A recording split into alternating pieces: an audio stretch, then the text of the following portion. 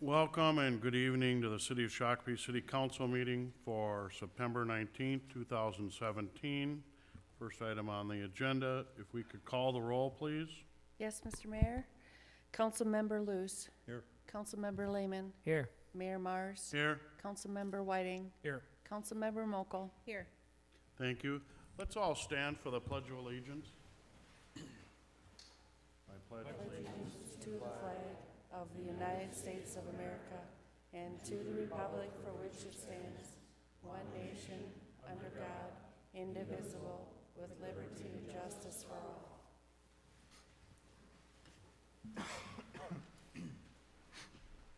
Thank you. Moving ahead to item number 3, approval of the agenda. Are there any changes, deletions, additions? Mr. Reynolds. Yes, Mr. Mayor, we have a couple issues in the agenda tonight. First of all, we will be removing 4A5 from the consent and the agenda in total.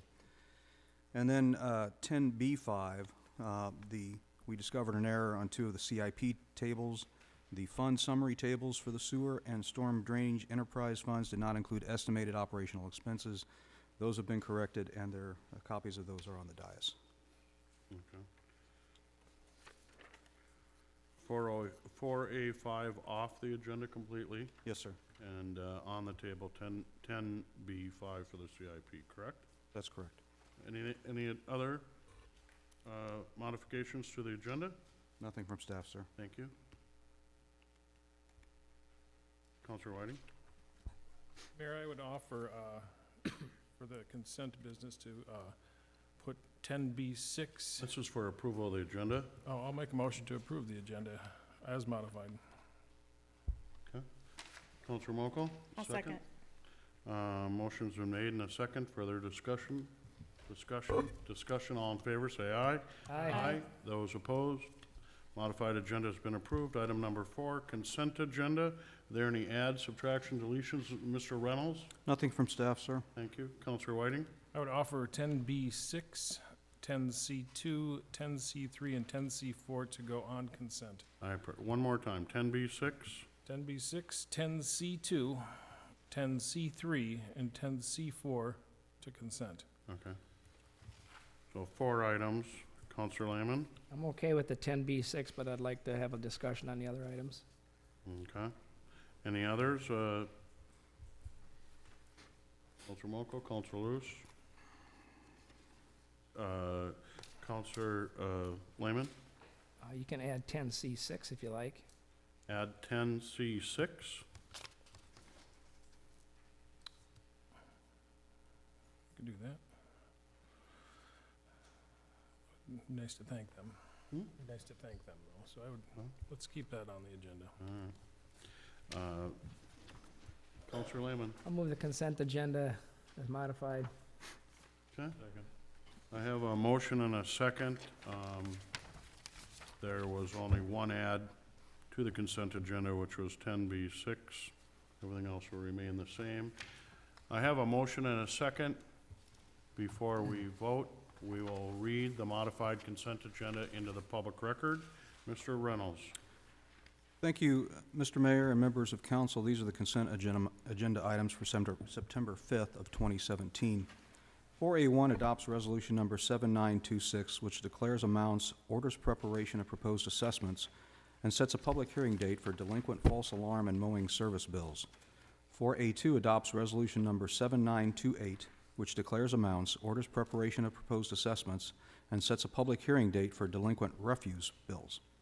4A3 approves writing off of delinquent sewer and storm drainage accounts from December 31st, 2015 in the amounts of $95,693.64 and $45,194.69, respectively. 4A4 approves the minutes of the September 5th, 2017 meeting.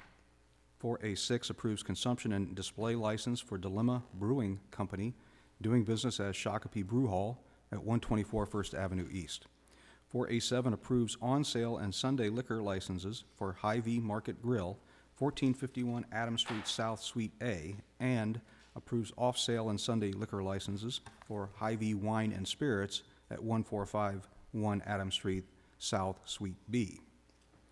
4B1 approves hiring of 2 lead lifeguards at grade 1 of the 2017 non-union pay plan beginning immediately. 4B2 accepts a donation from the Shakopee Lions Club for senior transportation. 4C1 adopts resolution number 7932, which approves an interim use permit to allow temporary storage of semi-trailers on Valley Fair property.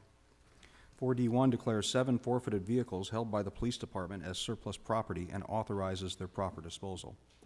4D2 adopts resolution number 7927, which accepts the 2017-2018 Towards Zero Deaths grant. 4D3 declares listed property held by the police department as surplus property and authorizes its proper disposal. 4E1 adopts ordinance number 969, which amends the city fee schedule by adding a lateral sanitary sewer connection charge for the Whispering Oaks Sanitary Sewer Extension Project number 2017 TAC 3. 4E2 approves plans and orders advertisements for bids for the Veerling Drive Utility Extension Project number 2017 TAC 10. 4E3 authorizes the purchase of roadway de-icing salt using the Minnesota Department of Transportation Road Salt Cooperative Purchasing Venture. And 10B6 is the monthly financial review. Thank you very much. The modified consent agenda has been read into the public record. There is no further discussion. All in favor, say aye. Aye. Those opposed? Motion carries. Thank you very much.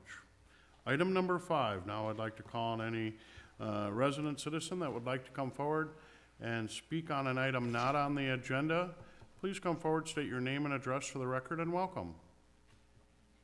On an item not on the agenda.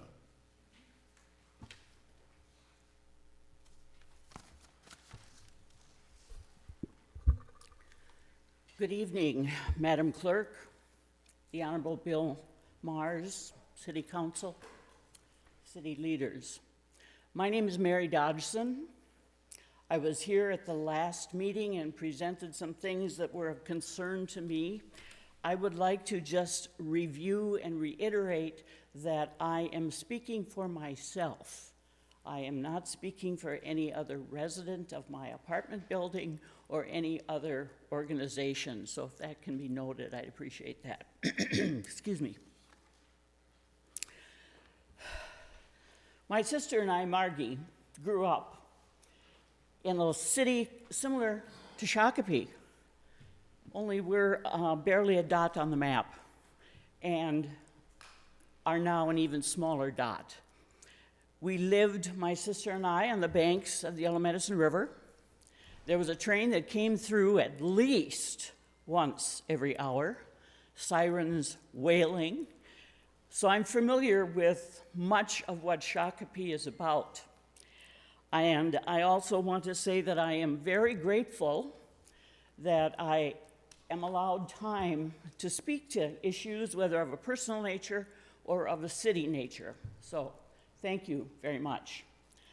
I also appreciate very much the promptness in which my concerns were addressed.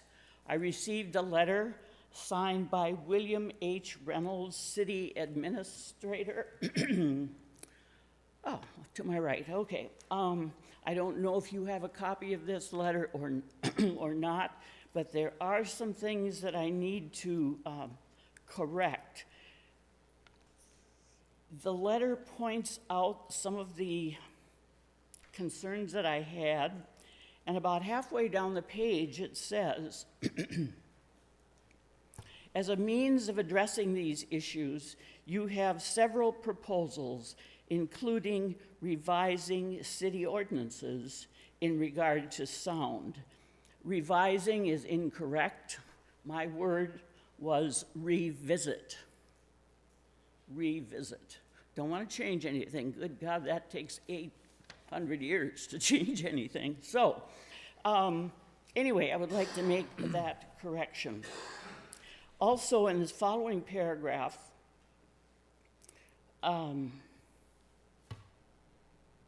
first line, like many issues, your concerns are a matter of balance. And indeed they are a matter of balance. A matter of balance.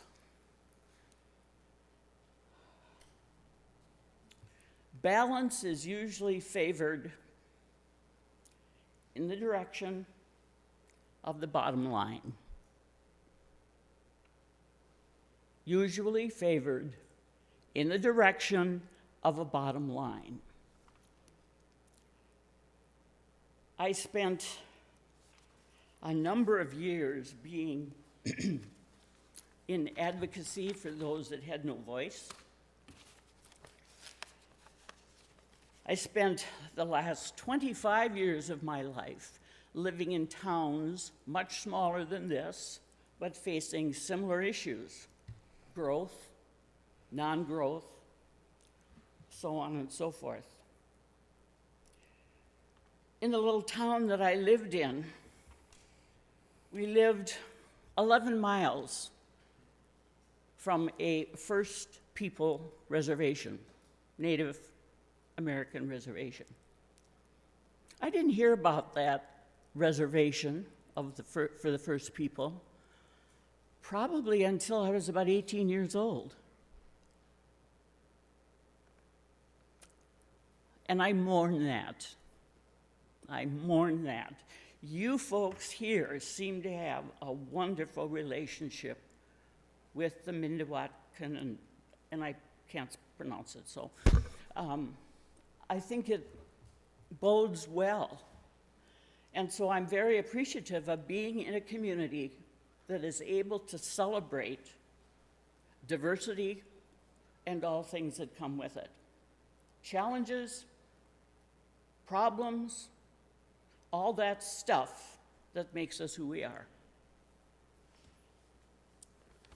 I was disappointed, however, as I left the council meeting last time you met, that there is no diversity with regard to ethnicity on the Shakopee Council. There are no people of color. It is gender imbalanced. And those are things that I would hope that you could struggle with in the next few years, however long it takes. One of the things that worked for us... Just a couple more minutes, Mary. Thank you. One of the things that worked for us was to go out and search out people that may or may not be interested in serving in these spots. They don't just drop off the trees like leaves. They have to be sought out, they have to be taught, and they have to be encouraged. Again, thank you ever so much for allowing me the opportunity to come here this evening. And now could I get a bunch of smiles I didn't get last week? Thank you. Thank you very thank much. you. This is a time for citizens, residents to come before this council and speak item not on the agenda. Please come forward, state your name and address for the record, and welcome on an item not on the agenda.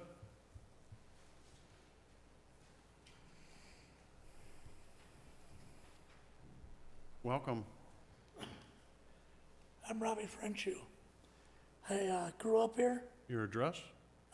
Jordan, 140 Valley Green Park. I grew up here. I've known this place. I've grew up here 30 plus years. You know, one of the issues I have is I saw a truck, a city truck, parked, you know, at a residence for a long time today. A truck? Yeah. Okay. Which I don't care, but I don't think it should be there. Okay. Could you contact the city with the address or the location to see if it's in violation, or? Oh, I will. Okay. I will. Yeah, I was there for probably a good maybe 2.5 hours. So, yeah, that's pretty much all I have. Thanks. Thank you. Anybody, any other resident, citizen like to come forward before this council on an item not on the agenda? Seeing none, moving ahead to item 6, business removed from consent, which I believe there was none. Item number 7 then, public hearing, 7A, vacation of certain alleyways and right-of-ways within the city of, adjacent to the Minnesota Correctional Facility. Counselor Lehman? Make a motion to open a public hearing. Counselor Mokel? I'll second. Okay. The public hearing is open, and who's going to present? Mr. Reynolds? I apologize. What we have, Mr. Mayor, is that we will open the public hearing and continue it if we can till October 3rd City Council meeting. Okay. Counselor Lehman? Mayor, if there's anybody in the audience Yeah. that came specific for this, we should probably give them the opportunity Right. to speak I will now. thank you. So this is a public hearing on a vacation of some property off of 6th Street, across the street from the correctional facility, vacating some street right-of-ways that were never built. Does anybody have any comment that they would like to talk into the public record? Please come forward, the applicant or a resident. On this particular item, sounds like we're gonna continue the public hearing, so there may be another opportunity, but you have an opportunity now. Seeing none, Counselor Lehman? Motion to continue the public hearing to October 3rd. I have a motion and a second to continue to a later date, as mentioned. Further discussion? Discussion? All in favor, say aye. Aye. Aye. Those opposed? Motion passes. Thank you very much. Now we'd like to recess for the Economic Development Authority and Counselor Lehman, President Lehman. Well, if we could have the secretary note the roll, please. Thank you. Everybody was supplied with an agenda and information on the agenda. So a motion to approve the agenda would be in order. Mr. Mars, Mr. President, I move the agenda as stated. Second? seconded by Mr. Whiting. Any discussion? Seeing none, all in favor say aye. Motion passes. Consent agenda has 2 items, bill list and minutes. And the one question not question, but a comment, I guess, on the bill list is there's, under the project, if we could get, like, especially like our consultants, what them projects are listed in the box, that would be good. WSB specifically, there's multiple listings, but it doesn't say which project they're for. President Lehman, we can check onto that and see if what we can put into our report on that. It's kind of a canned report, so it kind of fits within the type of expenditure it is, but being it's usually pretty short, we can usually put an explanation with that Okay. to make it clear for the commission.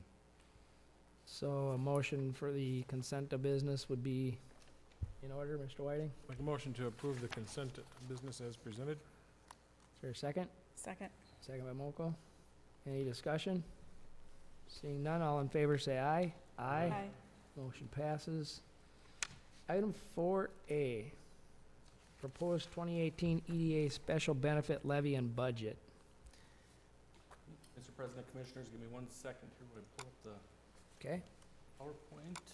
While Mr. Nelson is doing that, if I may, Mr. President, just to kind of reaffirm why we're taking some of the actions that we have been in the budget process through the last couple of years. Our attempt is to try to be more transparent, and in the past, we've carved out several things from our budget that used to be simply a line item in the general fund. And what we found is that sometimes that gets lost, and so what we're trying to do is to carve those out, make them very apparent, and so people can identify exactly what the funding is and where it goes. And it also gives us an opportunity not only to discuss a little bit about what that information is, but also dial in a little more as opposed to just being a small little number in a big general fund. We can extrapolate on it and expand it a little bit. So with that, Mr. Nelson. Thank you, Administrator Reynolds. I think you may have actually done my PowerPoint for me tonight. As Administrator Reynolds was mentioning, the EDA has routinely received a transfer from the city's general fund each year to cover operational expenses some of the facade loan grants that have been approved over the last couple of years, and then the downtown project that we've been saving up for the last 3 years on that end of it. Those have all come from the city's general fund as transfers over to the EDA fund. This, in essence, that transfer to the EDA is part of the city's levy. So when we're looking at this EDA special benefit levy, it's really, should be considered kind of a budget neutral change, or it should be considered a budget neutral change, is that we won't be levying those dollars on the city side of it, we'll be levying them on the EDA side of that. And the state statutes do allow the EDA to levy a small percentage of the city's estimated market value, and that percentage is 0.0185% of the city's estimated market value. And this levy is a little bit different than the city's general levy. This is a market value levy, so this applies to all properties based off of your market value, not your taxable value, your market value. So looking back for the city for 2018, this actually looks back at the 2017 value when it does the calculation, and so that amount would be about $768,000 is what the EDA could levy as a maximum. And that it truly is a maximum. The EDA can levy any amount from that maximum down to whatever set amount they want under that cap. And like I mentioned, it does apply to all properties, so if a property is currently in a tax abatement or in a TIF plan, they are still gonna have to pay or be part of this EDA special benefit levy. And the EDA levy is also, it's part of the city because it's city and EDA levying tax dollars, but it's shown on a separate line item on the property owner's tax statements. It'll show up as a special EDA levy on that tax statement as well too. So with that, staff is recommending a levy of $350,000 for taxes payable 2018 for a home valued at about $229,100, which was that average valued home from taxes payable 2017 timeframe. That would be about $20 a year in EDA taxes. And a commercial property valued at about $1 million would be about $93 of tax impact on that on commercial properties. State statutes do require the consent of the city council prior to the tax levy becoming effective. So on this, if the EDA moves forward with the special levy tonight, when the city council reconvenes, that is on the agenda as well to approve that preliminary levy as well for the EDA. And we will be certifying then, if it is approved, the levy to the county by the September 30th. And we also have in there that most of the times, or sometimes you see, is that when EDA levies are approved in September here, it's often their final levy. It's a little bit different than the city side of it. You don't necessarily have to go through the preliminary and final levy process. But since this is our first year on this, and we want to fine tune the budget as well too, we're bringing this forward as kind of the preliminary EDA levy, and we'll do the same process then again in December as well. So within the EDA budget itself, we will be looking at this in further detail as we look at the whole city budget in detail, but it does include $143,300 for personnel. That time includes a good portion of the planning and development director's time, along with additional position focused on business retention activities. Then it's $150,000 for facade loan requests. If you recall, last year we moved some money from a revolving loan fund that we had some surplus in. We moved that over to the EDA at that point last year. That same kind of dollar amount on that end of it. So this is kind of replenishing that, keeping up with that program. And then it maintains the $25,000 for the Main Street program as well. And as I mentioned, we'll be reviewing the detailed EDA budget later this fall as well too, along with the city budget. So with that, staff is recommending resolution number 17-4, authorizing a special benefit levy and approval of the preliminary budget for 2018. I'd be happy to answer any questions you may have. Questions, Mr. Marsh? Mr. President, Darren, would you classify this as a budget neutral? In the past, there was no levy, but you would use general levy, you would levy the general levy and then make a transfer, is that correct? Mr. President, Commissioner Mars, you are correct. We are absolutely taking money from this side of it and moving it over to this side of it. So we're creating those same dollars. If we didn't do this EDA levy here, we'd have to levy those dollars on the city side to be able to transfer them over to the EDA. Thank you. This is just a little bit more transparent way of showing. Mr. Luce and then Mr. Whiting. Mr. President, would it be possible for staff to get the lady that spoke earlier, one of these hearing device, she's having trouble. It's up to you. Mr. Whiting? On the position, you talked about portions of this being the community development director's position and then a new position. Can we hear a little bit more about that business retention position? Mr. President, Commissioner Whiting, I would have to probably refer to the Planning and Development Director for the specifics on that. And he would be able to talk with that if Michael's available. President and members, as many of you know, Samantha DiMaggio sort of had a version of this position. So we're looking right now at rewriting that job description and having it focus more specifically on business retention and expansion. So doing regular visits to our small, larger employers to see what their issues are. That was something that she had just started before she left, and it takes a significant amount of time. Thank you. Would that be a new position? Mr. President, yes. We currently have Samantha's position open, so we'd be filling that at a lower level. So it'd be more of a, I'll call it a worker bee versus a manager. Mr. Lewis? I was under the understanding from an email from the administrator that that position would not be filled. Mr. President, members, that Samantha's former position would not be filled. This would be a position at a lower level that would be doing specifically business retention expansion visits and then following up on, we have a lot of paperwork. So every time we get money from the state that flows through us, it's their state money, we have to actually follow that money or we're on the hook for it. So that'd be one of their responsibilities. Here's a couple of concerns that I have. The first one is we're looking at roughly a 4.5% tax increase, and then whatever your market value goes up would be on top of that. And, you know, it's no secret. For years, I've been looking for tax decreases, smaller government, more prioritized, more focused, and this seems to be expanding it to more positions, and later on we're going to discuss some other EDA issues, but and I also think it's really hard to, once this is put on a tax statement as a line item, to undo it, where when it's in the regular budget, it's a lot easier to control that regular budget. So, you know, I'm envisioning in the future, if this is approved, you're gonna have a line item over here on your tax statement, and you're gonna have a separate city line item for your regular city tax. This one may fluctuate up and down. This one's always gonna be there now, and it's probably never gonna go down. So that's one concern. The other concern I have is that a lot of what this is being used for currently, specifically the downtown facade program, which I originally wasn't in favor of taking tax money and giving it to for-profit businesses to fix up their properties. But in an effort of compromise and unity, I thought, okay, if we do this, let's put a cap on it at $30,000 per property and maybe a time limit. We did that, but numerous times we've exceeded that threefold or more.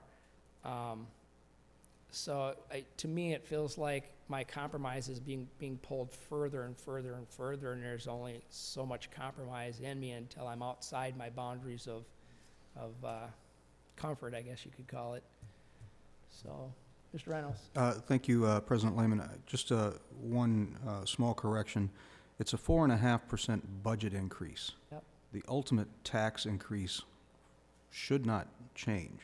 Much like last year, if the regular valued home under this budget should, if that valuation has not been increased by the county, Right. there'll be a zero increase in that. So it's not a 4.5% tax increase, it's a 4.5% budget increase. Right, but we did read somewhere that we're gonna see, was it 6 to 8% property value increases? Actually, I think it's, what was it, 8.25, or no, it was a 7.25. Mr. Reynolds, yeah, it's 6 to 8? It's about 6 to 8, somewhere in there, depending on the valuation. It's just So, under 6, but I think, again, is the it's average. not a tax increase, it's a budget increase. It's a 4.5% city budget increase that we're asking for. Yep. Which I would like to see a budget decrease, but Mr. Lewis? Is this money only going to be used in the downtown area, or is this going to be used citywide? I mean, we've got a lot of other areas that can use help, they can use job retention.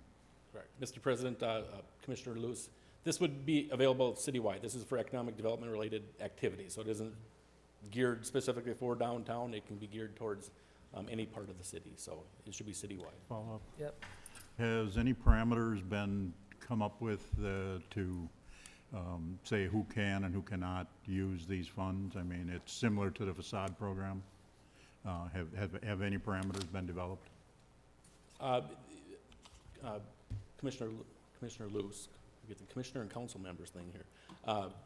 It is geared really towards community or economic development related activities, so they have to be in that realm of it. So that's, I believe President Lehman had brought that question up at our work session of, what were the parameters of an EDA levy? Is it narrow enough, or can we use it for broad purposes for economic development? And really it is that broad economic development purposes that this levy can be used for. And I believe, I look back, and I don't have it with me, but I know the city did have an EDA levy back. It might have been an HRA levy when there was an HRA versus an EDA at that point. But I know within the last 10 years, we've had a small EDA or HRA levy. I don't recall exactly when, but it was probably closer to 10 years ago or so. Just to be clear, so that you can correct me if I'm wrong, the 350 that you're talking about is specifically allocated to 143.3 for wages and benefits, 150,000 for the facade loan improvement program, which does have boundaries to answer Commissioner Luce's questions, which is an area downtown. I think it's a little broader than just the core downtown, but there is a restriction on that, and 25 for the Main Street program, which is the partnership with the chamber. Correct. So anything above and beyond that would have to be additional funds. Well, if we, Mr. Kursky talked about the business retention piece of that, where that's being done, would be done throughout the entire city. So we're going to, looking at businesses and meeting with them throughout the entire city. So that's part of that piece as well, too, with the personnel costs in there. President Lehman, you are correct, though. Anything else other than that and what is specifically listed would have to come before council and be approved, much Right. like the downtown monies were that we no longer are doing in the past. Yeah, I misunderstood it. Yeah, you're absolutely right. Mr. Myers? Well, I think that some of this discussion, I mean, for years, we've had a EDA budget, and the budget is here, very similar, for a long time. And then we've transferred that money from the general fund over to do these things. And so I look at it as budget neutral, and look at it that, yeah, it's, instead of one piece, part of the levy, it's gonna be broken into two, but it's really one and the same, and it's the same dollars. I know in the last several years, we've transferred 500,000 for the infrastructure improvement plan, on top of the normal budget. This is just a more transparent levy aspect of that and take away the transfer. And yes, if something else came up and was deemed something for the EDA, then that would have to be voted on and come from the general fund. Mokel? And I want to reiterate, I think this creates transparency rather than shifting money from the general account to the EDA. We're being transparent in that this is what this money is going to be used for, is for EDA. So a legal question for Mr. Thompson. If, now the city can take money out of the general fund and use it for various purposes. Can the city take money from the EDA levy and use it for various purposes, other than economic development related? Commissioner Lehman, members of the commission, the EDA Levy. The city council can't do that, cannot do that. The EDA, if they want to adjust it or change it or reallocate it, they could do that, but not the city. Now, I realize it's the same people, but it's a Right. different body. It's not. Can, it's a different could body. the EDA body take the 350,000 and give it to the general fund? I know they could loan it. Whether or not they could actually use it, I would have to follow up and get an answer Okay. to that question for you. All right. And one of the important pieces of that question is, President Lehman, is that if that was to occur, it would still have to be used for EDA purposes, because it has been levied for EDA purposes. Okay. Unlike the general fund, Right. which is General levy. fungible. Any other questions, Mr. Whiting? I'll make a motion to adopt resolution number 17-4, approving the proposed 2018 EDA special benefit levy of $350,000 in the proposed 2018 budget. Mr. Whiting makes a motion. Is there a second? Mr. Mars? Mr. President, I'll second. I have a question, or just more of a statement. Go ahead. This levy is a dollar-driven, precisely dollar-driven, rather than a percentage as a general levy, right? Correct. Yep, okay. It's roughly 48% of the ability of the EDA levy to levy. Well, it only is gonna draw 350, Right. not a dime It's more. Right, Roughly okay. 48% of what you could maximum levy, Okay, if I'm understanding that correctly. okay. Any other questions? Mr. Luce? I just have a couple comments. I never like instituting a new tax, because they never go away. I do like the fact that abated and TIF properties are gonna have to pay into this. Good At least point. we get something out of them. Right? Full value. Correct. And hopefully more of this money can be used citywide instead of just completely downtown. I mean, we've done a lot for the downtown and we need to do a lot more, but some of the other areas do need help. You know, the developers in some of the other areas are really carrying a burden that the downtown doesn't carry. The last question before we call a vote on this, what's our timeline before we finally finalize this? If this is adopted tonight, we can lower it, we can't increase it, is that correct? Mr. President, yes, that would be the recommendation, is that, yes, that I would assume it's handled just like a city tax levy, and that we can't increase it past this point, because that's what the county's gonna use for their truth and taxation statements that come out in November. So, the body will have an opportunity to review the levy itself, but won't be able to increase it, at a time later, and it would probably meet then, at your December meeting to approve this, so. If we wanted to lower it, when would that take place? That would be in December as well, too. I think we would do that right at that Okay. time.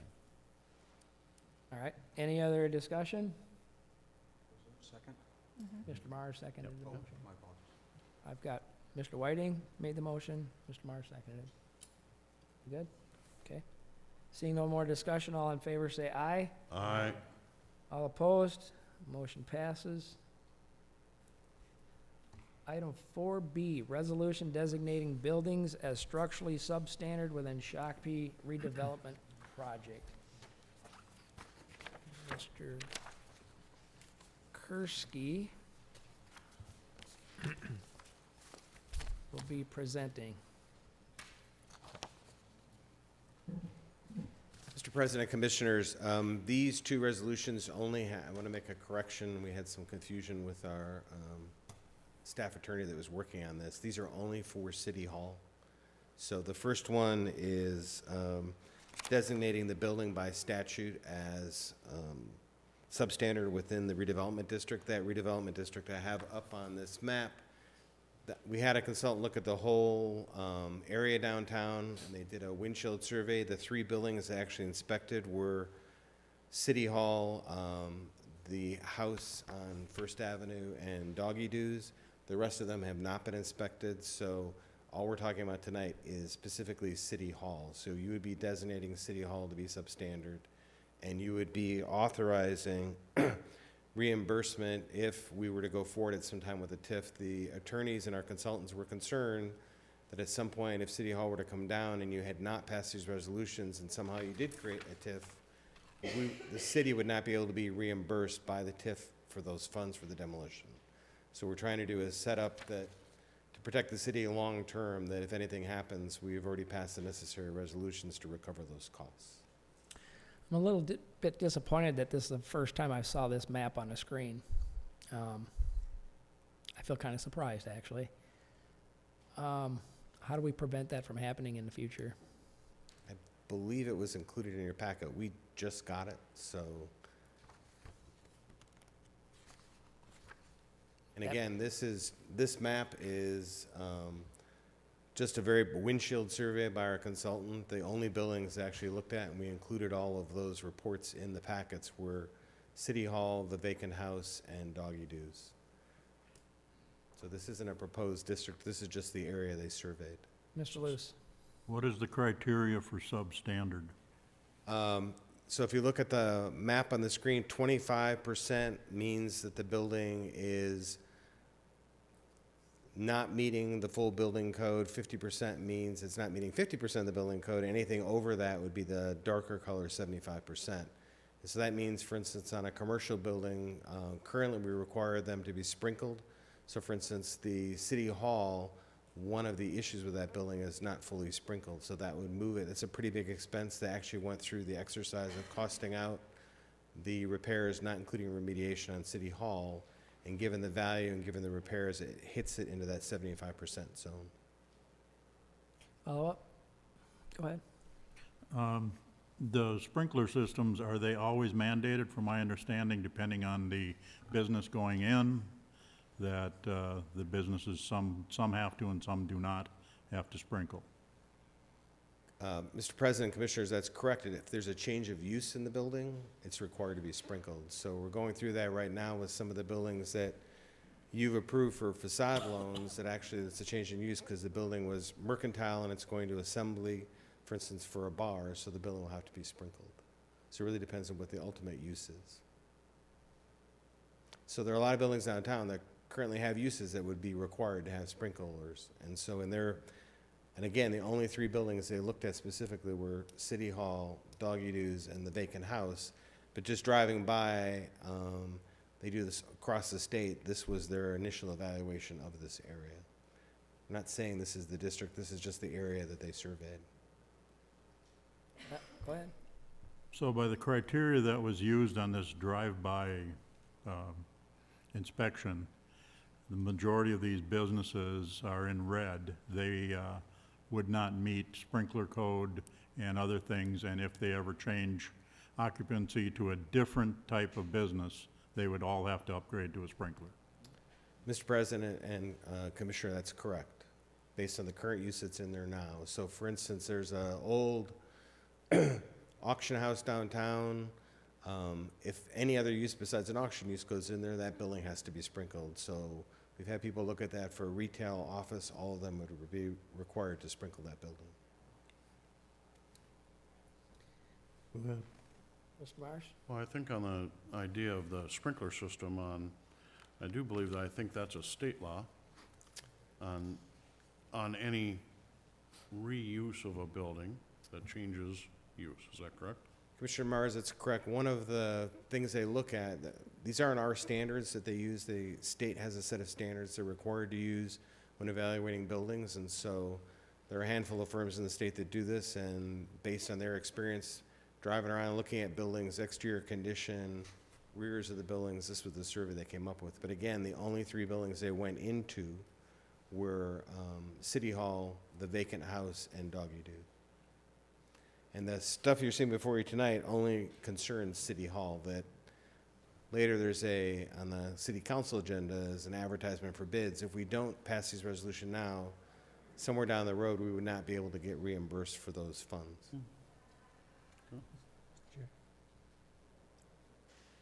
Mr. Thompson? Mr. Chair, maybe just to clarify, to answer, follow up on Commissioner Lewis's question, the definition of substandard is a statutory definition. It's in the state law. Each inspector doesn't get to make their own subjective determination. What they go out and inspect for is to see whether a particular building meets the statutory standard for substandard. So it's in a statutory definition that must be met after an inspection.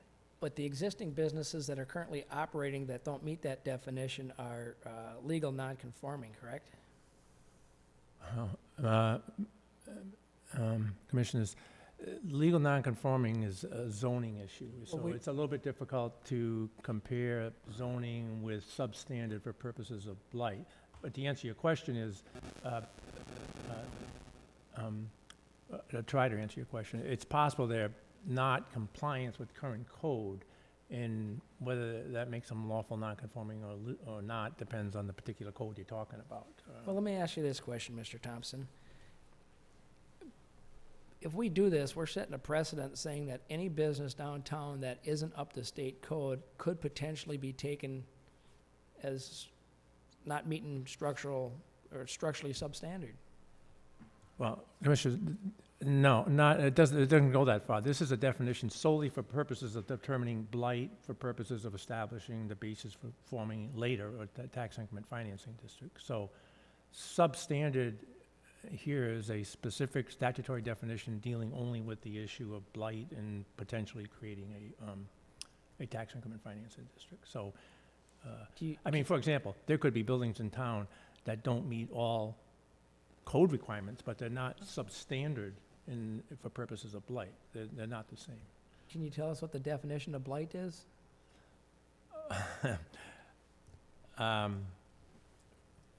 I can if I find the statute for it, but let me just say this, that's not what the issue is before you tonight. The only issue before you tonight is whether this particular building meets the definition of substandard under that statute. So that's not the issue tonight. My It concern. will be if there's a tax increment financing My district. concern is that the old city hall just recently was one of the better buildings in the downtown, and all of a sudden it's structurally substandard, and by comparison, that means most of them downtown, which are worse, are, I mean, what's that say, really? So, Mr. President, I would say, you can see on the map, there are some buildings, so they have to either be, if they're green, they meet the requirements based on the state requirements. I think City Hall, if you look at the consultant's report and you look at the other report which we sent you, which is the environmental report, you may think it's in great shape, but it's really not. I mean, I think the fact that we're in a new building tells us that the cost to renovate that building was substantial, and in fact, there's a item by item.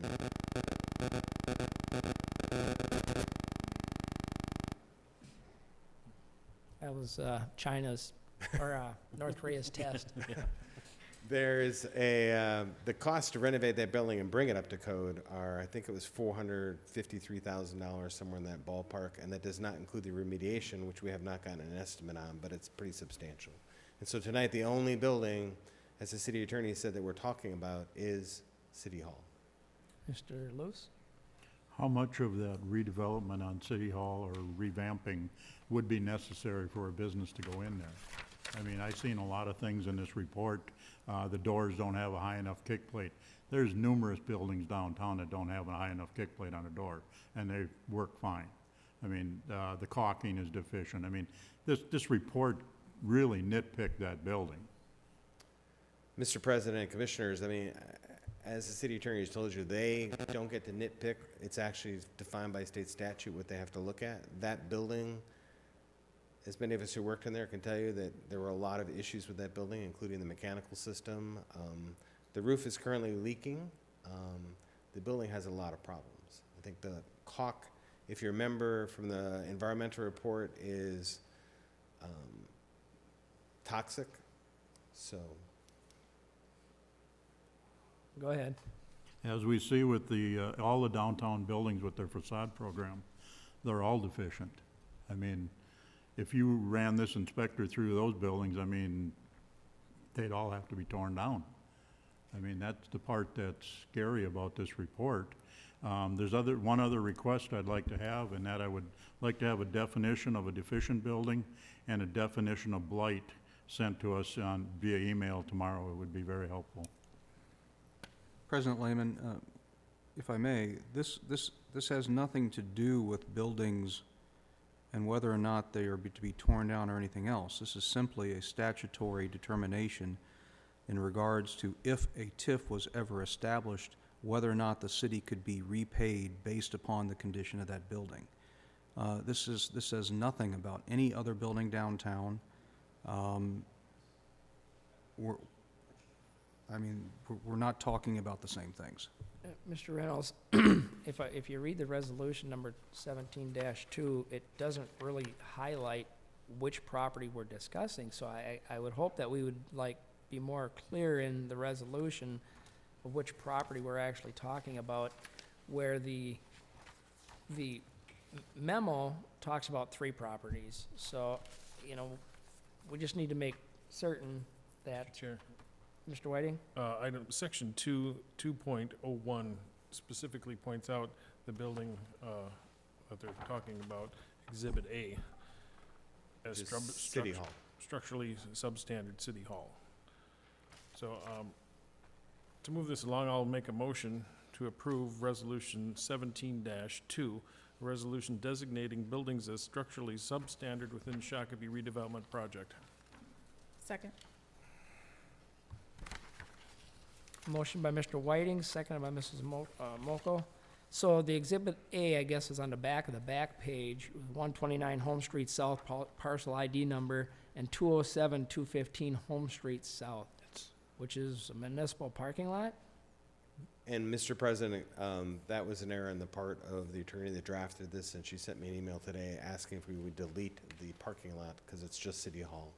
Okay, so in does the the motion parcel. maker wish to amend their motion modifying the resolution Exhibit A, removing the second line?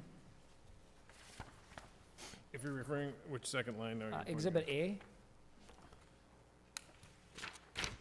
Oh. Second line says Parking lot, 207, yeah, I'm okay 215. with that. Yep. Okay, is that okay with the seconder? Yes. Okay. Any other discussion? Hearing none, all in favor say aye. Aye. Opposed? Aye. Motion passed 4-1.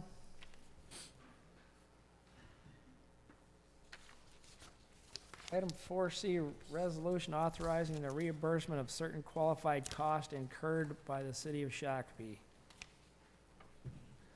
Mr. President and Commissioners, this is on the City Hall site. If that building were to be demolished, the qualified expenses could be reimbursed back to the city by the EDA. And so, one of the notes that came late this afternoon was our outside counsel suggested adding in a dollar amount.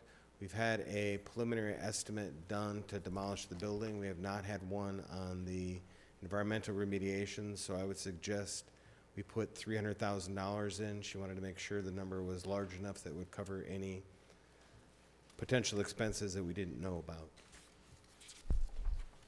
Okay, so walk us through this. We're basically saying in this document that providing we create a TIF district number 18, which we have not yet, but if we do, then we're gonna reimburse ourselves for our cost to tear down this building. Yes, sir. And that money is coming from where? Would come from the TIF district number 18, which it would be City Hall. So what's up on the screen is not TIF District 18, it's, Correct, that's just the survey area. That's the probability analysis, as I explained. The only 3 buildings they looked at for potential TIF were City Hall, the abandoned house, and Doggy Doos. The only building we're talking about tonight is City Hall. and that reimbursement, if it was a TIF district, would be if somebody developed something with value on it, Yes, sir. okay? Any And other, part of the captured increase in value could be allocated for the reimbursement of certain costs in the district, and now we're having a verbiage about up to 300,000, is that correct? Yes, sir. and since the city said that it's valued at 0, that mean it would be, any improvement would be an increase in value. So, Mr. President, if something gets developed on there, let's just say it's $10 million, and the city captures 100% of that tax, we could get reimbursed out of that district for the cost of demolishing the building. And do you define that reimbursement all at once over a course of years, or? We would have to have a TIF analysis done that would show if it costs $300,000 and the building generates $100,000 a year in property taxes, and depending on what you all agreed to do with the developer, we could get 50%, all of it up front. It's really going to be up to you as part of a development agreement. But I think what we're trying to do is, other cities have not passed these resolutions, and districts have been created, developments happen, and they've tried to go back to get reimbursed, and the state has said no. Because you We're trying didn't to do do your work is- ahead of time. We're trying to do the paperwork ahead of time so that if and when something happens, we have the pieces in place so that we could get reimbursed. This just creates a possibility you could be reimbursed. And obviously, we found out that our city hall is not worth $2 million. And now we find out that got some environmental and aspects of it. This allows us the opportunity to get reimbursed through a future development if that were to occur. And, you know, we had a opportunity and that vanished, but that, could it come again in a certain category? Yeah, then this, we can get reimbursed for our expenses. We would get reimbursed either way. If we didn't have a TIF district and somebody built there and they paid taxes, we would get them taxes anyhow, so. Mr. President and Commissioners, true, but on a TIF district, you capture 100% of all of the taxes, so all of the districts. So the city usually gets about 30%. We would get 100% in a TIF district. The other taxing districts do not get their percentage. So we'd get the counties and the schools portion also? Yes, sir. That's what a TIF district does, is Yeah, basically, That's usually if they participate. the county only can take a portion of ours if they have a program currently in their CIP that the project causes an impact to. So for instance, something we'll be talking about later, Canterbury, the county's already got in their program, the city's gonna make a substantial contribution somewhere down the road to 83 if the 83 is ever gonna get improved. Theoretically, that could be paid for out of the TIF district. Because again, we capture 100% of the value. Right, so we would take money away from the school on any new development on the site. Okay, Currently, that site is not paying anything. right, I'm saying if something was developed on the site. Any other questions? Mr. Mars? Mr. President, I'll offer Resolution 17-3, reimbursement of certain costs to the city of Shakopee from a future TIF district number 18 up to $300,000. Second. Motion by Mr. Mars, seconded by Mr. Whiting. Any further discussion? Hearing none, all in favor say aye. Aye. Opposed? Aye. Motion passed 3-2.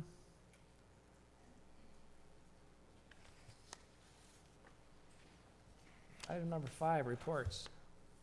That's new. I don't know who to ask what that's about, but any reports? There are no reports, Mr. President. You? Motion to adjourn to Tuesday, October 3rd, Mr. Whiting. I'll make a motion to adjourn to Tuesday, October 3rd at 7 PM. Is there a second to the motion? Second. Seconded by Ms. Mokel. Seeing no discussion, all in favor say aye. Aye. Motion passes 5-0. Any opposed? 5-0 passes. Reconvene the City of Shakopee City Council meeting for September 19, 2017. We are on 10A1, Community Center 2018 membership rates, and Ms. Polly will present. Welcome. Thank you, Mr. Mayor, members of council. Can you change it to the laptop?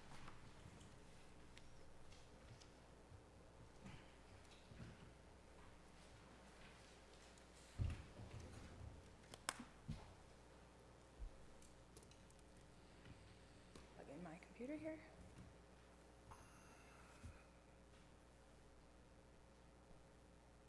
There we go. Okay, thank you, Mr. Mayor, members of council. I'm bringing you back an item that was requested by the council earlier this year to bring back at a later date. We did have a work session not long ago with the park board and the city council to look at the membership fees for the community center. We had done a fee increase in March. At March 15th, we did a fee increase for the added amenities to the community center, and then we had a discussion later on about when we would increase the fees for the membership based on the full amenities being available and the community center being complete. The city council did accept the park board's recommendation when we discussed this last to not raise the rates once the community center was fully open and complete, which would be now, but rather do that as of January 1st, 2018. During that work session, when we talked about the fees, the council did see some comparables as well as looking at what a family membership would be. So the direction we got that we wanted to see come back was that a family membership for a resident was around that $600 mark. So I went back with staff, we worked on this and looked again at comparables. We updated the comparable rates based on the current rates of these facilities. These are the same facilities we looked at last year. We did have a few other ones that were in here that were under the request last year that weren't comparable to us. They either didn't offer the same amenities that we had or didn't offer the same programs, or they partnered with private ventures. So these are the metro area community centers that are very comparable, offer exactly the same things that we do. We looked at our current rates, which is an increase from what they were as of before March 15th.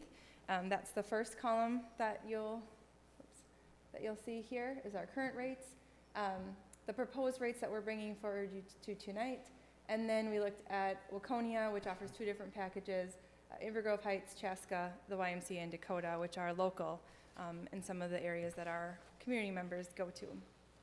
I did take this to the Parks and Recreation Advisory Board at their last meeting on September 11th. They did discuss these memberships in depth. They discussed these rates, and they discussed a couple of ideas along with these memberships as well. So just to review, our membership does include the gyms, use of the gyms, the fitness centers, fitness classes, the walking track, open swims, open skates, and the indoor playground. Additional cost items would include the drop-in childcare is kind of the big new one. Room rentals, personal training, and recreation programs are considered separate of the community center. Just to review of the membership amenities, this was a presentation I gave to the council last year, but wanted to show our old facility and then what the new facility offers. So you can see our fitness space increased in size. We have double the aerobic space. We have multiple meeting rooms, conference rooms, added locker rooms, the added pool, and added ice sheet. You know, all the amenities that we've added to our membership and to our community center. And it is now fully up and operational.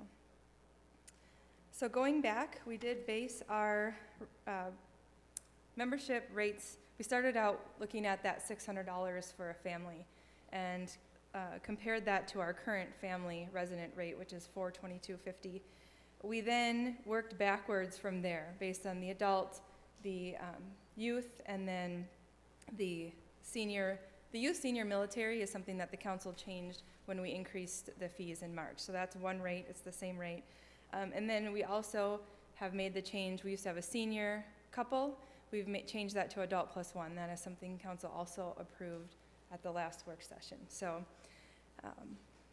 looking at these, we did some comparable increases. They weren't all the same percentage, but we did a proportionate increase to each membership rate. And I have all the chicken scratches if you'd like to see what we did, but we have them pretty even. We feel that this is a good increase for our members as well as keeping it affordable.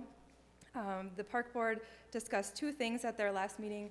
One was whether or not we should include the child care in our membership, because as you can see on this chart, I put on the very bottom that the places that do include child care in their membership, which their membership rates then reflect that. So if we were to include child care, we should reflect that in our rates. Right now, we do not include child care. The park board is not recommending that we include the child care at this time. They feel that is a service that if people want to use, they will pay extra for. They wanted staff to keep track of the use of that facility and then come back maybe with changes in the future once we get it established. That's a piece that we have never had before.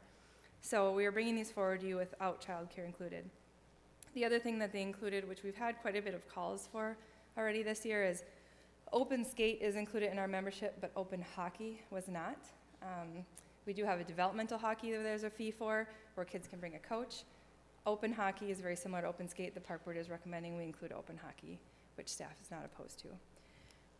So looking at the rates and comparing them to our neighbors, Shakopee was with the 600 family rate. The non-resident would be 815 for a family.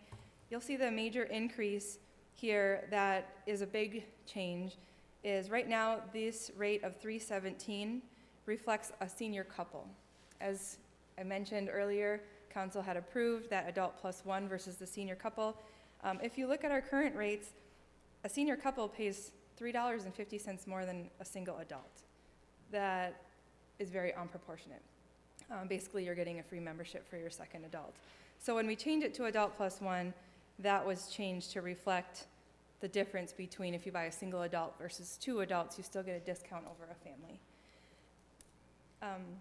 If you look at Waconia, our rates are a little bit higher than theirs, but their basic package does not include open skate, childcare, or fitness. Fitness is a big component of that.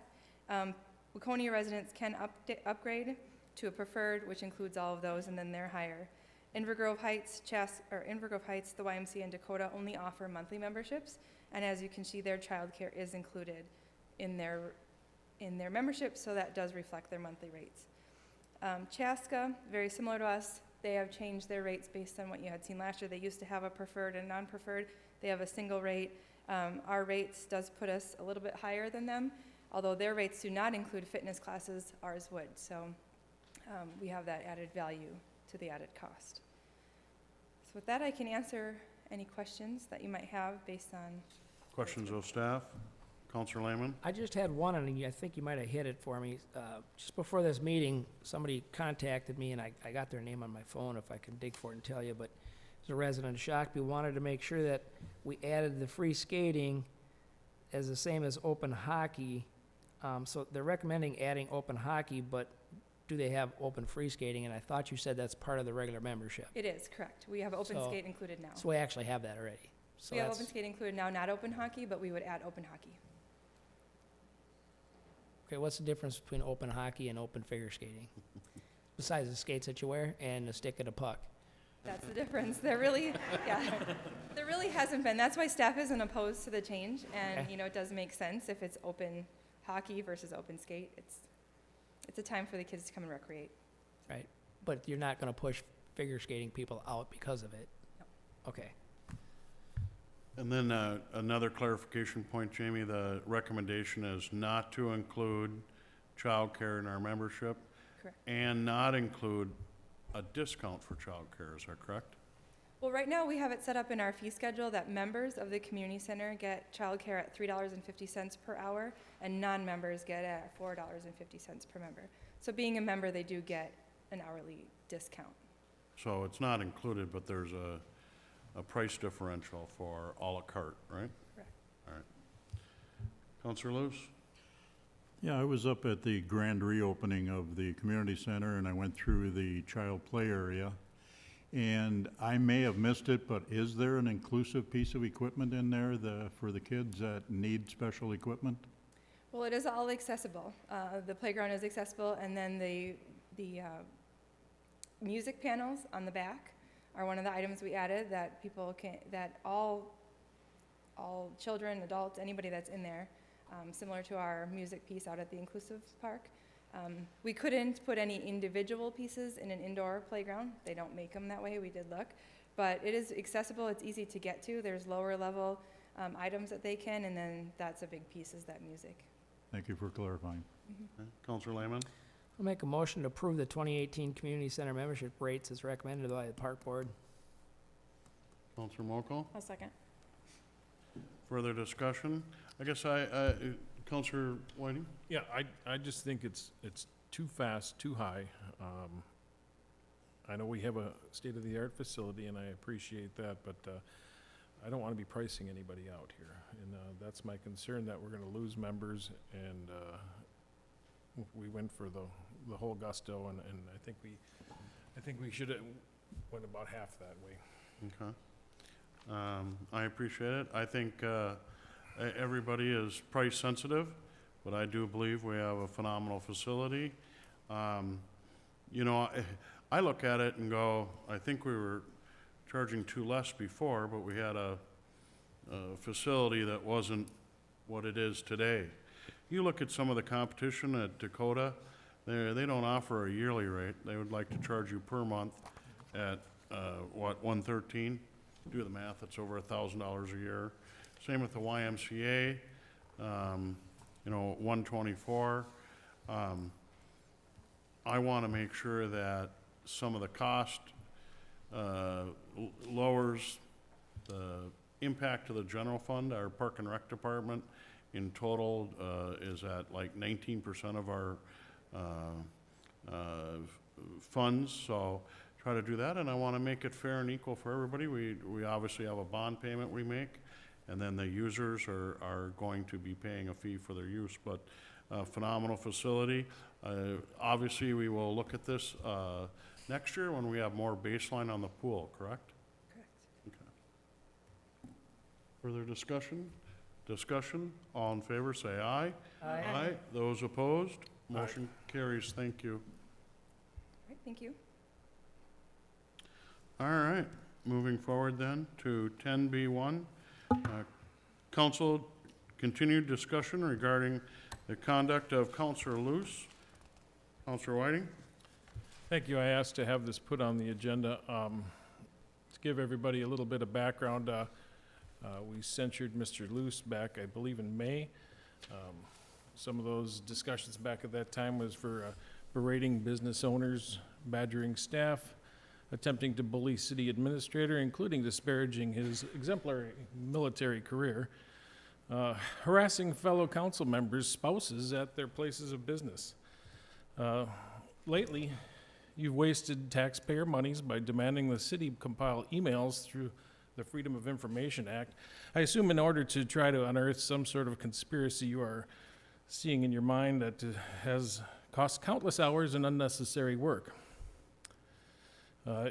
Your latest, as far as I'm aware, was an attempt to have the State Attorney General's office investigate me for claims. I'll get into shortly here, but they refused and sent you to the Scott County Sheriff, who passed it back to the Shakopee Police.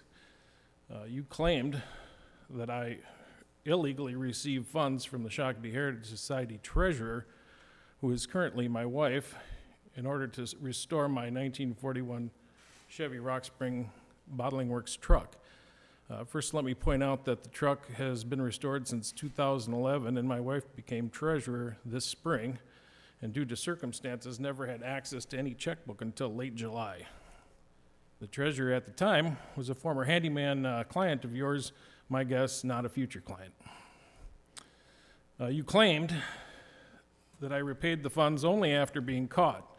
The truth is, I purchased the truck from the Heritage Society earlier than the purchase agreement stipulated back in 2007. Copies of the minutes and agreements have been given to Chief Tate. The project was originally a Shakopee Heritage Society project, but after concerns about liability and little to no donations for the project, the board became disillusioned with the project and sold it to me. You claimed I have been connected to embezzlement in the past with Derby Days. When I was on the board for Derby Days, I was a board member who moved to demand regular treasurer's reports. I was also the board member to initialize a motion to have a professional private audit. Councilmember Lehman, you can attest to this. You were the liaison. You claimed that the Shakopee Heritage Society members are stating that I attempted to embezzle funds through my wife. Who are these so-called members? You've never named them. To tell the truth, I actually donated to the Heritage Society, the latest project, over $1,000, and donated silent auction items and purchased several. It really doesn't even surprise me that you made up this story to go after me.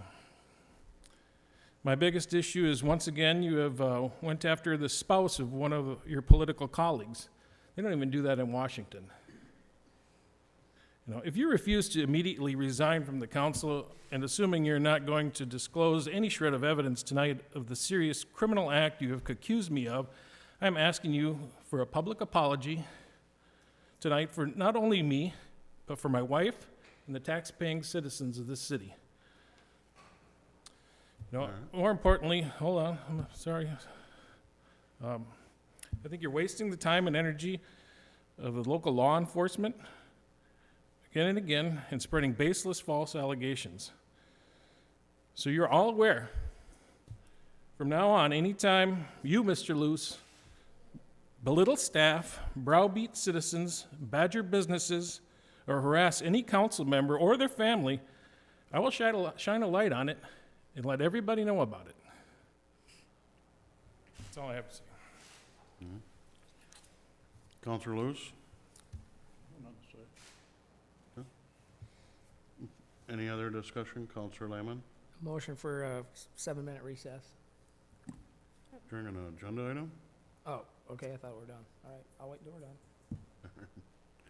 Trying to see if Huh? citizens want to No? speak. I mean, Counselor Lewis, you continue to bring a black cloud over Shakopee, a community that you say you care about. This is about you, your continued efforts of rumor and unsubstantiated facts. You've cost the city money, you're harming our city's reputation. Counselor, I do expect more out of you than that you brought to the table. There's certainly no question that I feel this is petty. This is very small-town politics of yesterday. Gosh, we're a town of 40,000. We should expect better than that and demand better than that. As a mayor of our community, I talk to other mayors all over the state, all over the metro area. I get a lot of phone calls. What's going on in your community? Articles in the paper once a month. I was hoping to have the bright light shine on Shakopee in a positive way, rather than what seems to be, more often than not, a negative way. I don't understand, Councilor Lewis, I've known you for over 20 years, what you're hoping to accomplish here in your actions, and I would like you to tell our community what you're trying to accomplish. Don't comment. All right. Thank you. Further discussion? Discussion? There is no action, I guess. Counselor Whiting? No, there's no action that can be taken. Mr. Luce is an elected person, and he's here to fill out his time. I'm not sure why. Okay. How would we ever find out why you do these things, Counselor Lewis? Why, the public? No comment? I know over a year and a half ago, you told me you do these things because you can. And that's surprising from someone that supposedly cares about our community, but enough said, no comment. We will move on. Counselor Lehman. Mayor, I'm gonna move for a 10-minute recess. Second. Okay. Move for a 10-minute recess. All in favor, say aye. Aye. Aye. Those opposed? Motion carries. Thank you very much.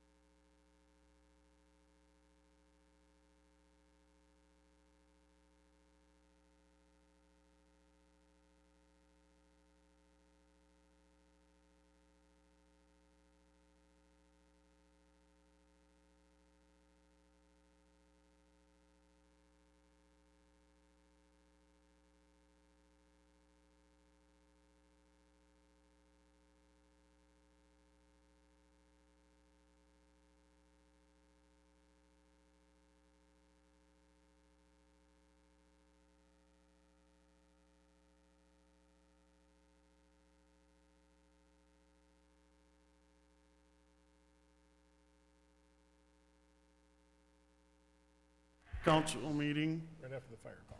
for September 19, 2017. We are on 10B2, refuge and recycling fees and charges, and Nate will present. Welcome. Thank you, Mr. Mayor and council members.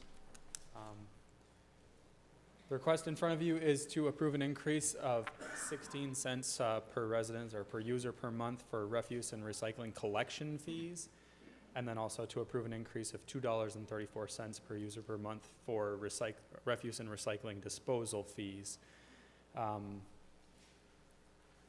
Basically, the total amount that we'd be looking at is about a $30 per year increase to the average home. Again, there are two different fees that we're dealing with here. The first is the collection fee. That's the contracted fee. That's Republic Services' cost for actually coming out to your home and collecting the fee. And then the second one is for what it actually costs to dispose of the refuse at a facility. The primary reason that the rates for the disposal are going up so much is because the Newport facility has been purchased by the counties of Washington and Ramsey, and they no longer need extra waste from outside of Washington and Ramsey County. So they're increasing their tipping fees from $70 per ton to $115 per ton. Republic Services went out and researched and found that the facility in Elk River would have a lower tipping fee than that, but it's still a pretty sizable increase to $98 per ton. And there's a whole lot of reasons behind. If you're interested in knowing, we can explain that, but I'd introduce Rich Herstein from Republic Services kind of to get any detail on that if you'd like. Good evening and welcome. Thank you, sir. My name is Rich Herstein with Republic Services. Thank you for having me. Nate, thank you for introducing me. I think the last question he had was for me to explain why that's happening. And I think it's just a situation of market stresses and market fluctuations. The counties of Washington and Ramsey bought this facility knowing that it was a processing facility, and there are very few of those. So supply and demand comes into play. And having purchased those about a year ago, they raised the rate, as Nate said earlier, from $70 per ton to $115 per ton for the garbage. We're bringing it into their facility. And we are bound by the state law now to make sure we process the materials rather than landfill the materials. So it has nothing to do with us as a company. It is the facilities that we have to take it. So I went out and tried to find a better rate for the city of Shakopee, and I found one in Elk River. It's a further distance to drive, but it's significantly less in the cost for the residents of Shakopee per ton. So that's what I did. That's the two places that accept it now, and it's a matter of supply and demand on their part. Yeah. Councilor Lewis, or Lehman, I apologize. Does Hennepin County incinerator take outside? Yes, sir, but they're full. Okay, so we'd have to build our own incinerator. Yeah. And then have the fire department burn it for us, since they like to play with fire. And the Minnesota Pollution Control Agency, or some agency, will not let the incinerator go to full capacity. So, how many municipal contracts does Republic own in the metro area roughly? Shakopee's one of them. Yes, sir, absolutely. We have about almost 40 service contracts in the Twin Cities. Some of them are recycling only. Some of them are trash and recycling. We have 40 total, about 25 or 30 maybe that are trash and recycling, and we're in the same boat with everybody. And you're going in front of city councils and Absolutely. saying we're gonna pass on the... Yep. Okay, and when you bid a contract on a 5-year contract, you know, you try to do your best guess as possible, and things can happen. Gas could drop to 50 cents a barrel, and your trucks run more efficient and more effective and cheaper, and then here we are, and about the middle of your contract, Right. and I see Yes. this, so kinda... Yeah. We didn't foresee this. The counties, Washington and Ramsey, stepped up to buy this private facility that we hauled to. Yeah. And we were complying with the state law to do that, and all of a sudden the counties bought it, and nobody expected that. The people that owned it, I think, retired and wanted to get out of the business and sold it to the counties, and the counties immediately raised it as And Nate said that from $70 per ton to $115 per ton. I kind of related a little bit to I understand the situation about the tipping fees or what you call it, and that's fine, but the last time we saw this years ago was when gas was very high, and the refuge company said, geez, we need a little help here because gas is so high, and then I kind of go, well, what if gas went way down? Are we going to get a reduction in our rate? And Yep. kind of seems to be like we try to plan for our residents 5 years out, and so we had some cost certainty, so that's why I asked the question. Yeah, I'm sorry, I wish I had better news. Counselor Lehman? Couple of questions for you. First is, how is your company going to handle the notes in the billing to the residents on why this is happening? Notification? Right. Second question is, what's your company and your industry's plan, along with whoever you service, us and others, for future processing facility capacity? Because it looks like what you're telling me is there's currently 2. And if one falls off, Yep. we've got a serious problem. And it looks like long-term, this issue needs to be addressed probably at the state level. So what are you folks in your industry going to do, and what would you recommend folks like us do? Good, very good questions. I'm going to answer the first one first, please. How are we going to notify residents?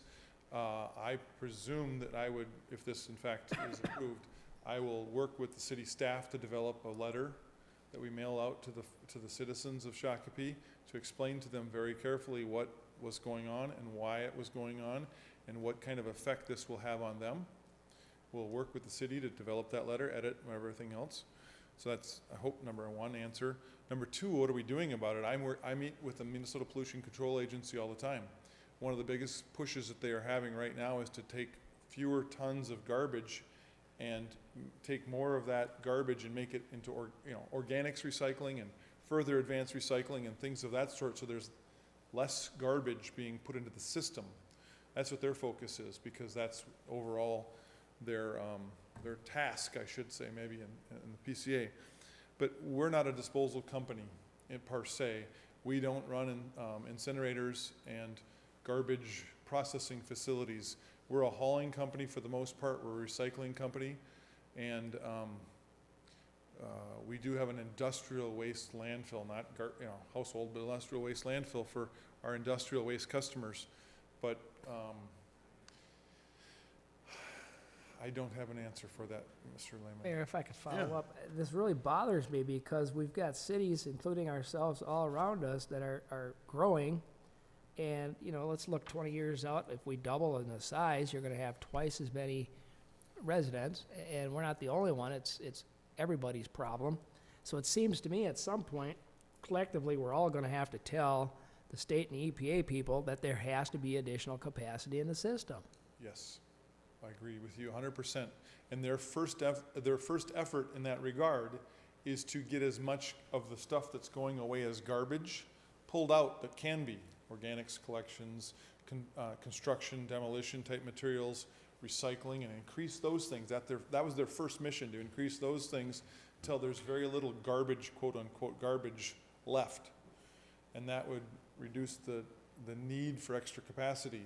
But ultimately, based on population growth and so forth, we're going to need larger capacity for that. We're going to need to step up as a company if the state doesn't. So, correct me if I'm summarizing this wrong, but in your contract with the city, your contract allows you to pass these costs on, or probably requires you to do so. Required, yes. If the city was to say, no, we're not going to allow you to do that, the city would basically be in breach of its contract. So it's not like we really have a choice in this matter. I don't know how to answer that, sir. It was more of a statement than a question, but and I get it. I mean, it's not our fault, not your fault. I'm trying to be very careful with my words, right, because I have to work with folks at the different county levels and state level, and I want to be careful about how my company is represented to those entities. Other questions? Councilor Lewis? I just have a comment and a small question. Mr. Herstein, again, I let my bill run unpaid for months to see how your company reacted, and they acted very favorably. There was no harassment, no badgering. They would just send out the normal bills, and, you know, I got the one here lately that said, you know, they will be going to collections, and I took care of it, but I just wanted to check and see, because people have said your company is ruthless. Well, I can prove them wrong. Yeah, it's not true, I'm sorry. No, Thank you. And no. we have a protection clause that we work with the city to certify people at their property tax rolls. at And the you end of did the that year. last year, Counselor, is right? I've Yeah. done it every year so far that Sure. we've had these guys. We don't, And it hasn't changed. It's been very, very easy to deal with. thank you. The other, I would just like a little definition of termination, tipping fee. Is that the fact that the truck tips up? Yep, it's exactly what it is. It's the garbage that goes inside of a truck. Yep. We take it to the disposal facility and they weigh the truck with the garbage in it. They drive out into the tipping floor, dump it out, and they drive back out and they weigh it again. The difference was what was inside the truck. Mm-hmm. And therefore, we get charged that amount for that tonnages, Yep. that amount of tonnage. Counselor Whiting? Thank you. Mr. Herstein, you talked about having, you know, the different costs in the recycling and getting more of that recycling out of the trash. How does Shakopee compare as a recycler? Yes, Shakopee's got a very good track record. In fact, last year when I came to talk to you about this, you have over 90% of the households participating in recycling. The definition by the state standard is participation is recycling at least once per month. And it's well over 90% for Shakopee. You have a very well-educated population. You have a growing younger part of the population. And so therefore, I think kids come through school, that's just the way it is. You recycle. So you have a very high level of recycling for the city. If you drive down the streets and look at the carts with the yellow lids on them on recycle day, virtually every home has it out. Mm-hmm. So, to answer your question, sir, it's very high rate of recycling for Shakopee compared to other communities in the Twin City metro area. Anything we could do better? Is there new opportunities to recycle? Or you talked a little bit about organics, and we've talked about Yeah. that in the past. Yes, and we're working towards that right now. We're trying to find solutions, and one of the things, I was at the Minnesota Pollution Control Agency, and the assistant director of the PCA is a man by the name of Kirk Kudelka, and I met with him about 2 weeks ago, and my argument to him was, we need facilities to take this material. The Metawakan and Sioux have a great facility right here in Shakopee/Prior Lake, and it's a fantastic site, but we need more of them in relative proximity to the population in the center part of the city, the greater part of the city. So we don't have to leave from, drive all the way down and drive all, so trying to work that right now, and we're trying to find a way to do the economics of that as well. So I promise you we're working on it. Thank you. Yeah, thank you. Counselor Lewis? Yeah, I'd just like to tell all the residents of Shakopee, if you have a problem paying your bill, just make the phone call to the recycling company, because they will work it out with you, and I hope I'm not speaking out of line here. No, sir, you're not. Thank you. If we're here to help, we're here to be a good servant and a good partner with the city, and I believe that we have been, and those individuals are our partners as well as the city in itself. I have just a comment too to remind. So if I collect cans, and then I'm not gonna put them in a plastic bag and then throw it in my yellow top recycling. This is a big issue in Minnesota and with the recycling plants, that the one sort is great, but if you put your cans in a plastic bag and then the plastic bag causes major problems at the sorting locations, and unfortunately, their corporate USA markets backwards to us, and they say recycling bags, and I work for Target, and I've already had one consumer, major consumer company not be stocked in Minnesota with those plastic can recycling bags. They call them recycling bags. Yep. But they are not good for the industry Nope. and the sorters, right? Because they Yeah. make things worse. Yeah, they do, honestly. The first 100 feet of our recycling, Yeah. yeah, the first 100 feet of our sorting line, we separate and pull out the bags and dispose of the plastic bags and try to dump out So it adds more complication. Now, if you're a person that goes to a park and cleans up and grabs the bag, the cans, and you need that in a bag so it doesn't spill all over your car and such, that's okay too. We'd prefer no plastic bags, yes, because it goes through the system and gets tangled up. Big issue. I think that corporate America selling those bags is doing, at least in environmentally conscious Right here in Savage. Yep. So remember that. in Minnesota, that those bags are not, I don't believe we have any blue bag programs in the state of Minnesota, or now even any clear plastic recycle Right. bags. So, That's correct. thank you. You're welcome. Any other questions? If not, thank you. Counselor Whiting? Well, we'll reluctantly make the motion to approve an increase of 16 cents per user per month to refuse and recycling collection fees in accordance with the request by Republic Services under the existing contract. I have a motion and a second, Is there a second? Counselor Lehman. Further, I'm sorry, there is another second part to that, I apologize. Approve an increase of $2.34 per user per month. Is this the recycling side of it? Per month to refuse and recycling disposal fees due to increased tipping fee costs, and authorize the disposal at Great River Energy Processing Facility in Elk River, provided the facility meets the requirements of Section 3A of the existing contract between Republic Services and the City of Shakopee. the second, that was an added. Yes. Is that the motion? we need? Acceptable? Yes. Okay. So, motion on the table, kind of modified, but as written. Further discussion? All in favor, say aye. Aye. Aye. Those opposed? Motion passes. Thank you all.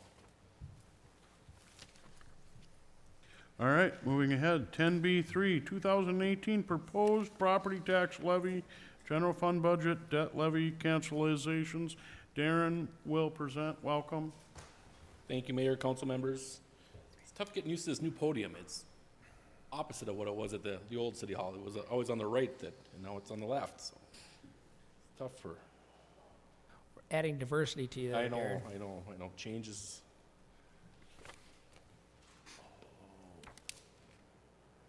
There we go. Getting close. There we go. As the mayor said, before you tonight is a preliminary levy and budget for 2018, for taxes payable 2018. A little bit of background: the city of Shakopee is required to comply with the statutory deadlines for submitting and certifying the preliminary property tax levy to Scott County before September 30th, 2017. And actually this year, it's actually September 30th falls on, I believe it's a Saturday, so it's actually October 2nd, but we'll have the certification reports to the county well before that deadline. The preliminary levy is the base for the budget work that will be brought back to the council for continuing budget discussions later in this fall. I believe, hopefully we're looking at maybe a November timeframe to have another work session involving the budget on that end of it. The preliminary levy is the maximum levy that can be certified to the county auditor in December, and we talked about that at the EDA portion as well. This amount can be reduced prior to that time, but cannot be increased. So this is truly the maximum levy that we need to set at this point.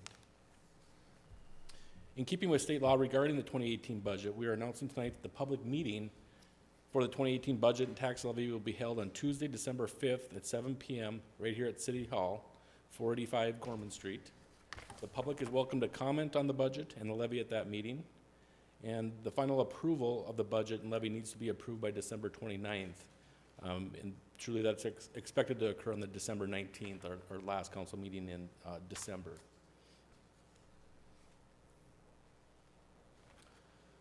The proposed preliminary levy is $19,415,224. This is the same amount that was reviewed and discussed at the work session on August 29th, so nothing has changed since that time. This preliminary levy represents a 2.5% increase over the 2017 levy. So this is strictly just the city levy. This isn't including the EDA portion of that piece. This is the city general levy. And this is how that levy is broke down. As you can see, the 2.58% is a culmination of a few things. We're able to reduce the capital improvement levy due to some municipal state aid reallocations between the capital improvement fund and the general fund. But for the most part, a lot of our increases are within the general fund itself for a number of different expenditure purposes. Our debt service levies now with the 2016 community center abatement bonds are now included in the levy. That was for 2017, so we're paying on those already this year. So that debt service levy remains relatively flat. So the tax impact, Scott County has provided the city with the tax impacts for residential homesteaded properties. They provide us with a nice spreadsheet that we can do a lot of what ifs in. And part of that is that residential property values also plays into a piece of that. And for this year, Mr. Reynolds was actually right. It was 5.8% is what the overall city residential property values increased by. If you recall last year, I think the average values, I think were very basically flat, or actually I think they might have decreased like a 0.1% or something of that nature. But now this year, the residential properties are increasing this 5.8%. And so that brings that average value home up from $229,000 up to $243,000. And in reality, 80% of the residential properties within the city of Shakopee are going to experience a 5 to 10% increase in valuation. And here's a graph that kind of depicts it by valuation level. And these are strictly the average percentages changed for the properties in these valuation changes. So each specific property within each range may go up or down, but it's the specific, this is the average within those property valuations. And you can see for properties 300,000 or 299,000 and below, that range is 5.7% to 8.5%. And so those properties, as we can see with the market, there's a higher demand for those properties, and so they're driving up the prices on those homes a little bit. So as I mentioned in 2017, for taxes payable 2017, the tax burden basically shifted from residential to commercial. Commercial values had increased, residential values remained flat. So if everything being neutral, if there was no increase in the levy in 2017 for taxes payable 2017, commercial properties would have paid more, residential properties would have paid less. And we saw that. We had a 7.47% increase in the levy, and a lot of the resident property taxes actually decreased some. And that's basically due to that shift in valuation. It's changing the proportionate share of that piece of the pie. And so for 2018, commercial properties are still increasing at a similar rate, but now the residential properties are increasing that 6% or so. They're in a 6 to 8% range. And so that's going to shift a little bit of that burden back over to the residential side of it from the commercial side of it. Fortunately, though, the city did experience an 8.5% increase in the tax capacity for taxes payable 2018. So a chunk of that tax capacity is basically value. So if we don't change the levy and it's all valuation, nobody's taxes necessarily change. But since a quarter of that 8.5% growth was new growth, not valuation changes, it was new tax capacity coming online, that actually allows us to increase our levy this $488,000 or 2.58% without having a tax impact on existing properties outside of any valuation changes. So if their valuation remains flat from one year to the next, which in all likelihood it's not going to, but if it does, and there are some properties that are going to remain flat, their property taxes should be basically flat at that point because the new tax capacity that's coming on board.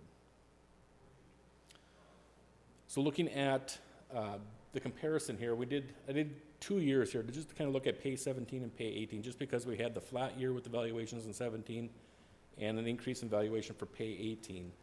To kind of see where we're at, knowing that we had a 7.5% levy increase last year, and we're looking at 2.43% this year. And I was just double checking my notes here to make sure that this does not include the EDA portion as well. So this is, again, just the city portion of that. And if we talked about the EDA portion being about $20 in that median valued home, we can see that for pay 18, the city portion of their taxes are going to be $34 increase. And that's basically due to the fact that the valuations are changed from that end of it. So if that home remained at $229,000 from pay 17 to pay 18, their taxes are going to remain flat. And you can see the impact from a little lower valued home and then a little upper valued home as well too. You can see last year on that higher ended home, it actually, the taxes decreased $31, and now this year they'll increase by $14. And in the lower valued home, the tax increase is a little bit more. That's just specifically due to the valuation changes, that's a hotter market right now that experienced a higher growth in the valuation versus the higher ended home. What is the medium value of a house in Shakopee? That's 229? So that was last year, so it's 243 is what the assessor's office is 243 this year. is Okay. using this year. It grew from Yep. 229 to Yep. 243. So looking at some of the budget impacts, I'll kind of go over these at a little higher level. These are kind of some of the same slides we saw at the workshop, but obviously we're a service organization. Personnel is going to be our main driver in costs. So we have a cost of living adjustment built into our budget. We're looking at 7 full-time positions within the budget as well too, and I can go over those in a second. Then our health insurance as well too, which we have budgeted about 15% or $180,000. So it all kind of adds up pretty quickly on that end of it. You know, the COLA is about $400,000 itself. 7 full-time FTEs is about $435,000. So we're looking at, close to $1 million right there just for between FTEs, COLAs, insurance. We got a class and comp study that we're working on as well too. So it adds up pretty quickly on that end of it. Darren, Yes. Counselor Whiting? Has that health insurance portion been solidified at all, or is that still up in the air? Still up in the air. No, Mr. no, sir, Reynolds? it's still up in the air. We hope to have some clarity in about a couple weeks. All right, thank you. So here are the positions that are being requested. We have an assistant fire chief, code compliance officer, 2 police officers, a planner, and then the 2 full-time lifeguards, which were approved earlier tonight on the agenda. So those are our costs there. The full-time police officers, we don't have them starting until October. That was Chief Tate's recommendation there, so that kind of decreases our cost for 18. Obviously, those will be a full cost there for 2019, but that's an overview of the positions that we're requesting at this time. Another indicator or driver of the budget, I should say, is the internal service charges, and we talked about these at the workshop as well, is that we had taken a 20% decrease in our internal service charges a couple years ago, and we're kind of stepping those back over a 2-year time frame is what the council decided to do last year, and now this year's that second year. And so bringing that up to par or up to full funding is about $150,000 for 2018. In total, internal charges are increasing by about $265,000 due to the $150,000 there, and then new equipment and facilities and such like that are coming on. Counselor Lehman? So the replacement cost of equipment increase, is that specifically looking at the current prices of new stuff that we bought, like squad cars or fire trucks or whatever, and applying that new cost in your calculation of over its life? Mr. Mayor, Councilmember Lehman, you're correct. So we basically, when we purchase an item, we depreciate it out at that historical cost. So if it's a 15-year snowplow or dump truck, it was whatever that cost was 15 years ago. It's obviously higher now. So now when we purchase a new one, it's going to get depreciated out at the new value. So moving forward. So. Okay. I have one question just back on the rent there. That after this 2 years, then there wouldn't be any additional changes outside of standard changes, right? Correct. We have some new facilities coming online, and we've kind of talked a little bit about that we're not taking full depreciation on them because we don't want to double charge current tax users and things like that. So, but other than that, we are up to full funding on that at historical rates, though.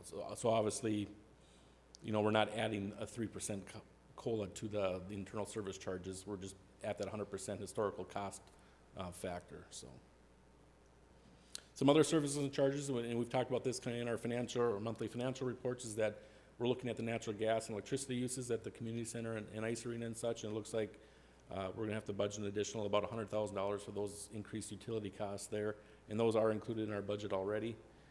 And then we had some minor cleaning services between the police department and public works, so we kind of switched out some full-time staff for some contracted services, but that was a budget neutral change. Looking at the revenue side of it, and I mentioned this at our workshop, that most of the time government doesn't get to really look at our revenues because they're pretty stagnant. And there isn't a whole lot of them. Well, our building department revenues have been very strong, and then now with the community center online with our new facilities, we really took a hard look at those as well too, to make sure that we're estimating conservatively, but realistically, what our revenues are gonna be. And so, with our memberships, we're expecting to increase those by about $300,000 a year. And then our overall recreation programming, it's about $430,000 a year. So on top of the memberships, there's also additional activities that are taking place in the Right. community This center with is- additional your swimming lessons. overall recreational revenue includes lots of things, not just the community center, correct? Correct, Yeah, correct. okay. And then debt service, that's, now that the abatement bond's in there, that's gonna remain pretty stable for the next number of years on that end of it, so nothing really new or significant change on there. Here's a little 10-year tax levy history, going back to 2009. And I did put a star on this. The 4.43% does now include, that includes the EDA portion. Just wanted to compare that, you know, these are dollars that we're levying our residents. Yes, there's a city portion of it, but yet there's an EDA portion of it as well too. So in reality, you know, it's about 4.43%. When you kind of add them together, there's a city portion that's separate from the EDA, but in reality, they're coming from this facility. The 4.3 is combined, That is combined, yes. so that's the second lowest in 6 years, going back to 2000, before Yeah, and- 2012, where we're at a neutral. Yeah, and I think 2008, I think it was like a 12 or 15% levy increase. That one dropped off, so that skewed things, I know, last year a little bit. But this does include the EDA. And I know a couple of those prior years, like 2009 or 10, may have had that EDA or HRA levy that we had talked about as well, too. And you'd say that one of the main drivers of this is the increase in debt that we have as a city now? Our levy change now? The debt service levy, yeah. The $2 million. That would have been the prior year. That would have been in 2017 budget. Well, That's it's not going- 7.47%. It's not going That's down to what drove our, 500,000, right, yeah, okay. that's what drove our budget last year was, or increase last year was that. And here's just a little different comparison that shows the total levy over those 10 years, along with that rate increase over those same 10 years. It kind of ebbs and flows as the economy kind of plugs along. And here's the one that I included last time as well, too. It kind of shows the tax capacity and the tax rate comparison. Tax rate, we have some control over. We have control over the levy amount of what we want to set. We don't have control, or we have control then over the valuation piece of that, the piece that we're seeing residential homes going up by 6 to 8%. The city doesn't have a control over that, but it does drive the tax rate. Obviously, new construction comes in, that's on top of things, but part of that is trying to maintain a stable tax rate, is that we can control the levy.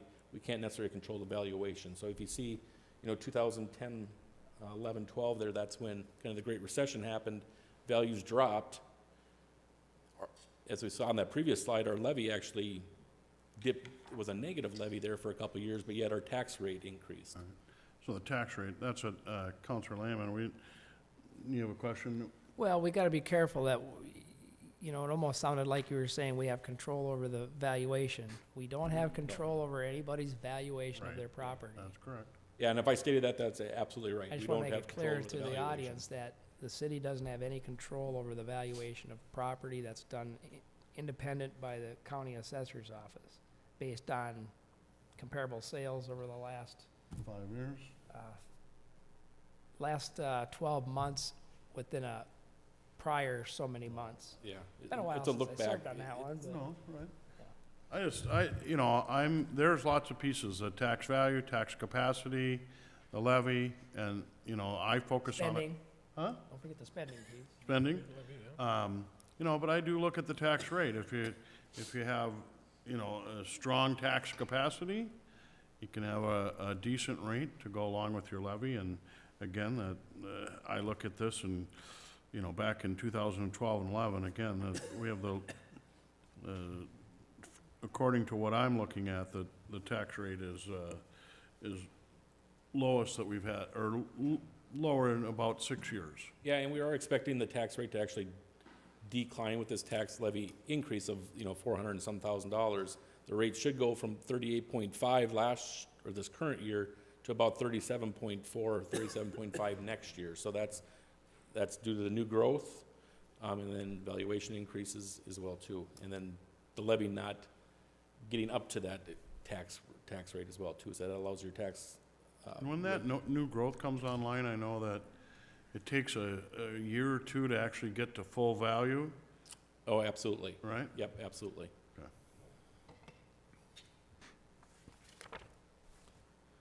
And here's a slide that I contacted all of our comparable cities that we had put together last year, just to kind of see where they're at for their preliminary levies as well. And granted, these are just preliminary levies. Some of them had a range that they were looking at and hadn't necessarily approved yet, so I kind of took the lower end of their range, just to be on the conservative end of it. But you can see that kind of everybody's in that, 3 to almost 5% range is kind of where everybody's at on that end of it. And here again, I'm including that EDA portion of that in that percentage. Is that for all the cities? And that's for those as well too, that I could break out. I wanted to make sure that we're comparing apples to apples as much as I could, so. Counselor Lehman? I would really like to be the best on this slide, the Best, lowest I know. on this slide. Well, if I may, a lot of the things that we've done in the last 3 years really are setting the stage for ultimately being there. And I think that with next year's, not 2018, but certainly with 2019, you're going to see a marked, well, Careful. yeah. I'm very confident that our long-range planning and looking at the long range, that we have set the city on a great course to have a lot of stability and possibly even non-increases for the foreseeable future.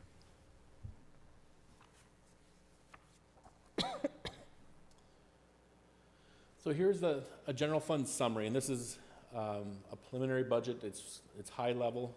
It's not broke out by line item at this point in time, but we do have, our revenues are all behind the scenes, have been calculated and such like that, and our expenditures have been also as well. We've been sizing those throughout the summer and such like that. So our taxes at this point, this includes the levy that would go towards the general fund taxes. There's some other line items that are in taxes as well, so it's just not property taxes. So if you're trying to compare that back to a previous slide, that's not going to match dollar for dollar on that end of it. But as you can see, we're not budgeting any deficit at this time. Our transfers have been reduced now that we don't have the transfer to the EDA that we've had in the past. And really at this point in time, this is about it on this end of it. We will be bringing back forward to the council in November a detailed budget. Question. Question, Counselor Lehman? The 2018 Shakopee Avenue project, which has assessments to it, that's a pretty big project. I'm guessing 3 million maybe? 2.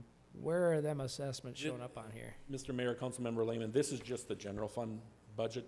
That project is within the capital improvement fund, so that's in that part of it as well too. So when we bring back the entire budget, Yep. we'll be bringing back all the funds for the council to review. So you're gonna carry that and cost yeah. within that fund and then reimburse the fund? At this point in time, this is just a general fund that accounts for, 95% of the budget levy, or other than some of the debt service and such like that, but this is just to get a feel for what the budget will look like.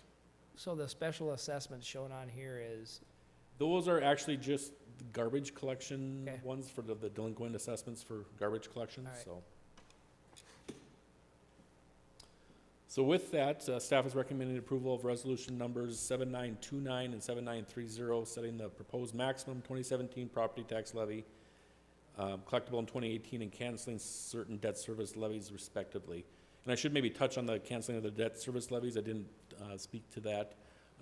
But there are a couple funds that we have debt service on that we have sufficient dollars in the fund that we don't need to levy the required debt service levy. So the county requires us to send a resolution to them stating, what's your rationale for canceling that debt service levy? So that's what we have that in there for tonight, so. And in a year or two, we could have a couple of them drop off, right? Yeah, absolutely, Mr. Mayor. We have a couple falling off. Now, I think we had one fall off this year now as Right. well, too, so. That's important. Okay. More? With that, that's all I have is. Questions of staff? Pretty tight budget, tax rate is going down. We're talking about, you mentioned that the proposed preliminary levy would, an average house, increase $34 along with the EDA, You had that estimated at $20, $54 on an average house of 230, or 243. $54, That includes the EDA's included. valuation right. too, though. Counselor Lehman? The big issue is you've got about $1.5 million worth of debt for the community center. Yeah. If you didn't have that, and I subtracted the revenue Right. from the 2.2 million, and I was being pretty high on the revenue side. Basically, you could cut your levy by 1.5 if not for the community center bond payments. So in the first year of the hit for the bond payments, we saw a 7-point-some% tax increase. For the second year, we're seeing roughly a 4-point-some% tax increase. So trying to manage the change. Yeah. It's better. Mr. It's- Mayor, it's- it's their long We're term. also adding 7 new positions, and, I mean, there's a lot Well, into this budget, so. I would assume we're gonna discuss that between now Well, and we're not there yet. then. Yep. But, All right. So, Counselor Whiting? At this point, I'd like to offer Resolution 7929 and 7930, setting the proposed maximum 2017 property tax levy collectible in 2018 and canceling certain debt services levies for taxes payable in 2018. I have a motion on the table and a second by Counselor Mokel. Further discussion? Discussion? Discussion? All in favor, say aye. Aye. Those opposed? Motion carries. Thank you very much. Moving ahead then to 10B4, consideration for a EDA special benefit levy and preliminary budget for 2018. Councilmember Whiting? Move to adopt Resolution 7931, consenting to the Economic Development Authority in and for the city of Shakopee adopting a proposed special benefit levy collectible in 2018. I have a motion and a second by Counselor Mokel. Further discussion? Discussion? Discussion? All in favor, say aye. Aye. Those opposed? Aye. 3-2. Thank you very much. Moving ahead then to 10B5, approval of the 2018 to 2022 capital improvement plan. And Darren will present, and also please reference the document on the table tonight. Yes, thank you, Mayor, for that, mentioning that as well, too. I apologize for that oversight. This is our first attempt at a standalone CIP, and we had an oversight in it this year, so. And I look at these CIPs every year, and I look at the out years, and I can't believe how far it is in advance, and it seems to come up on us pretty quickly. It's kind of crazy how fast that time flies. Before you tonight is the 2018 through 2022 capital improvement plan. The capital improvement plan is really a major part of the city's overall budget process. We just talked about our operational piece of that. Well, the capital side of it is just as many dollars on that end of it, but it spans many funds, and it spans many different timeframes and many different projects.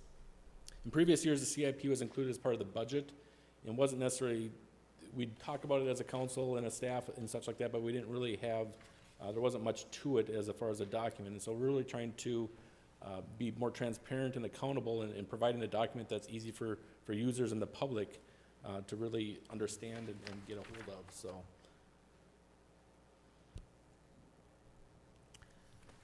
So as I mentioned, this is truly a planning document that aids in prioritizing capital projects that require substantial financial obligations.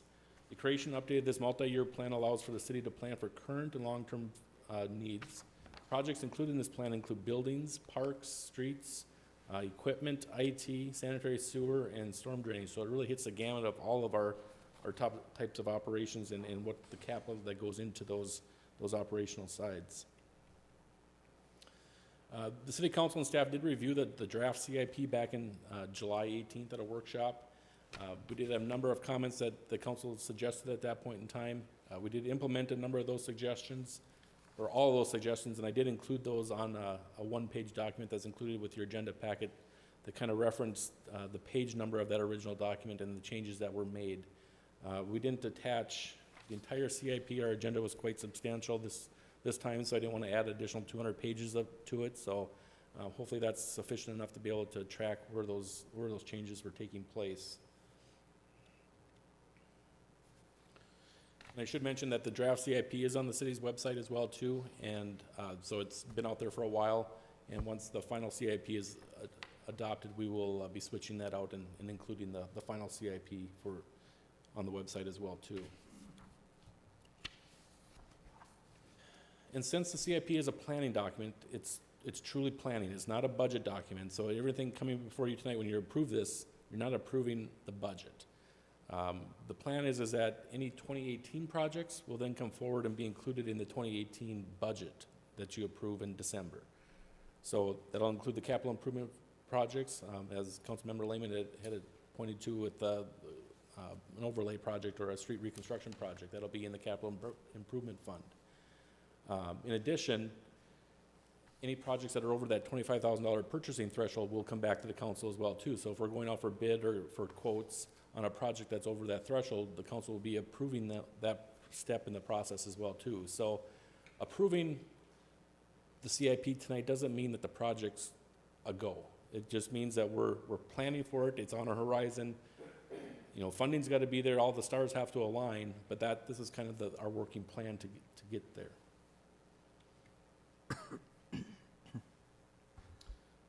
So with that, I guess that's all the slides I had on talking about the CIP. So if you got any specific questions on the CIP, I can sure try to answer those as well.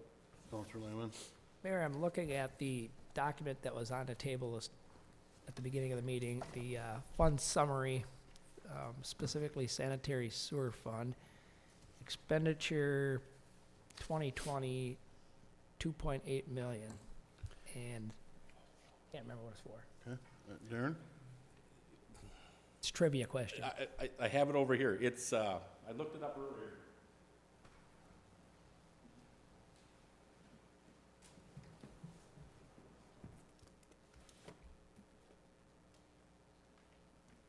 I mean, it's a lot of money. It must be like a lift I'm gonna station say rebuild that. or something. West End?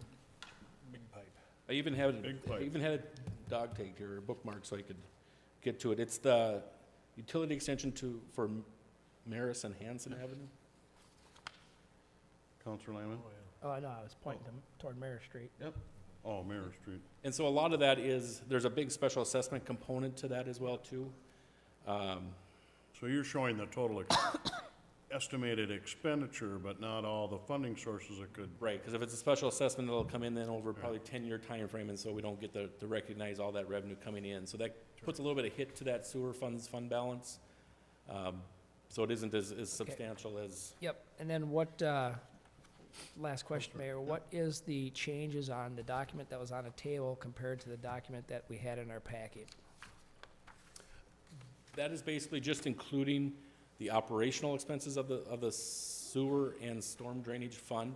So the sewer and storm drainage fund are an enterprise fund, so they run just like a business. And so they have, unlike our capital improvement fund, which is just capital projects, and our general fund, which is just operations, the enterprise funds have a combination of both. So when we put these charts together, we included all the revenues, but then left out the operating expenses. And so in the initial draft, the sewer fund had like $22 million at the end of 2022. Well, that popped out as obviously there's something goofy there. Well, we didn't include the operational expenses of Met Council, which is $3+ million a year on that end of it. So and that was the same for the storm drainage fund as well too. So. Other questions? I have one. I'm looking at a document that was emailed to us. Changes from the July 18, 2017 meeting. It has 5 different categories of some changes. And in Park Reserve, we're moving 1.5 from 17 to 18. That's phase 2. Is that correct? Yes. And that hasn't been funded, correct? Correct. But it's in the CIP. Right. And then we're taking 2.2 in 18 and adding 300 grand for a total of 2.5 and moving that to 19, and that's unfunded as well. Correct. Okay. I did go through a couple of these the other day with Mr.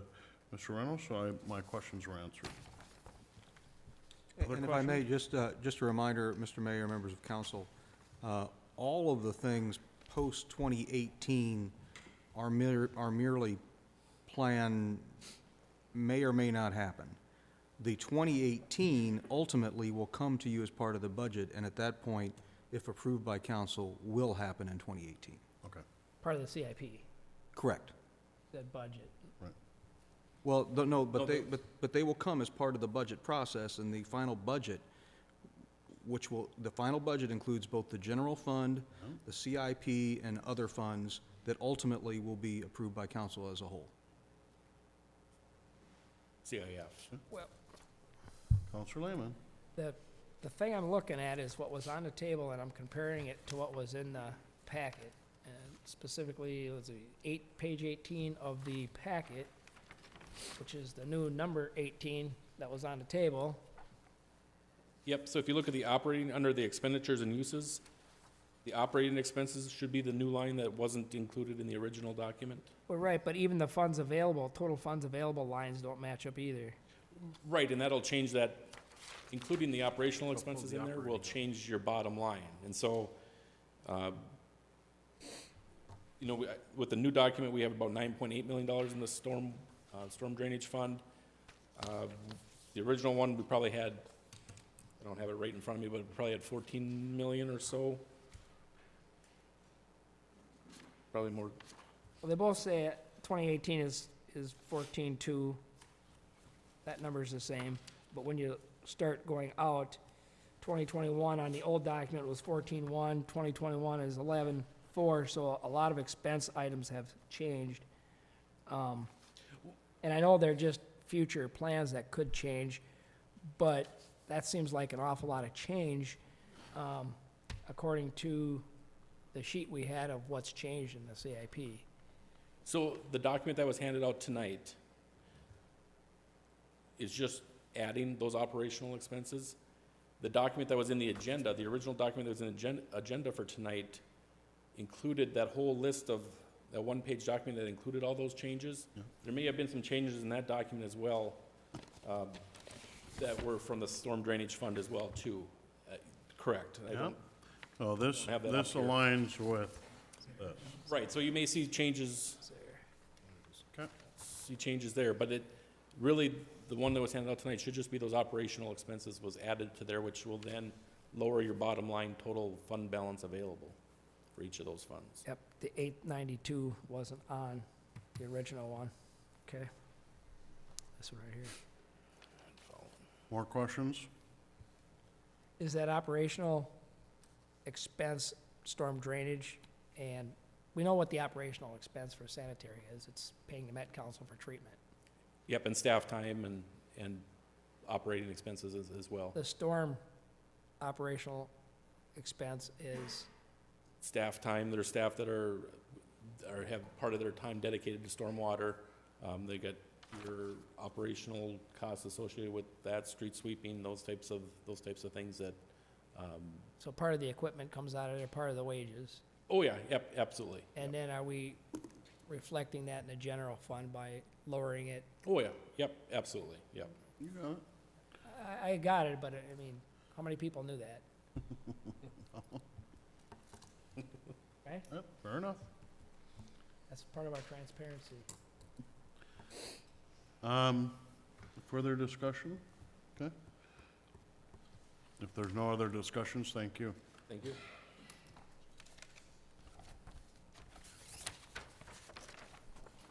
Counselor Whiting? I'll make a motion to adopt the 2018 to 2022 capital improvement plan. A second. I have a motion and a second. With the pages Can we amended. have a, yeah, With- I'm sorry, I'll make an amendment to my motion that includes the updated pages that were on the table this evening with the operational expenses in both the sanitary and the storm drainage funds. And I'll accept is that. that acceptable to the second? So we had a modified agenda to include on the table page 16 and 18, I believe, that have been updated. Thank you. Motion on the table, second discussion. Well, Mayor, I Counselor think- Lehman? I think it's fair for everybody to understand that a capital improvement plan is what it says, a plan, and each one of these items is gonna come forward, and there's gonna be various members of council that may agree or disagree with various projects at the time that they come forward. It's a working document. Yep. Working planning document. It's actually a norm in municipal government, and it's a good document, because it plans out in the future, and yes, 18 and markers down the line, and as things change, so. Doesn't leave And we you, did that. We changed some to 2019, and Yep. so, Yep. yep. doesn't leave you high and dry when something breaks. Further discussion? All in favor, say aye. Aye. Aye. Those opposed? Motion carries. The CIP has been approved. Let's move ahead then to 10B6 was on consent. 10C1, Envision Shakopee Plan Charter. And Eric will present. Welcome. Thank you. Good evening. Glad you're here. Glad you stayed. Good evening, Mayor and members of council.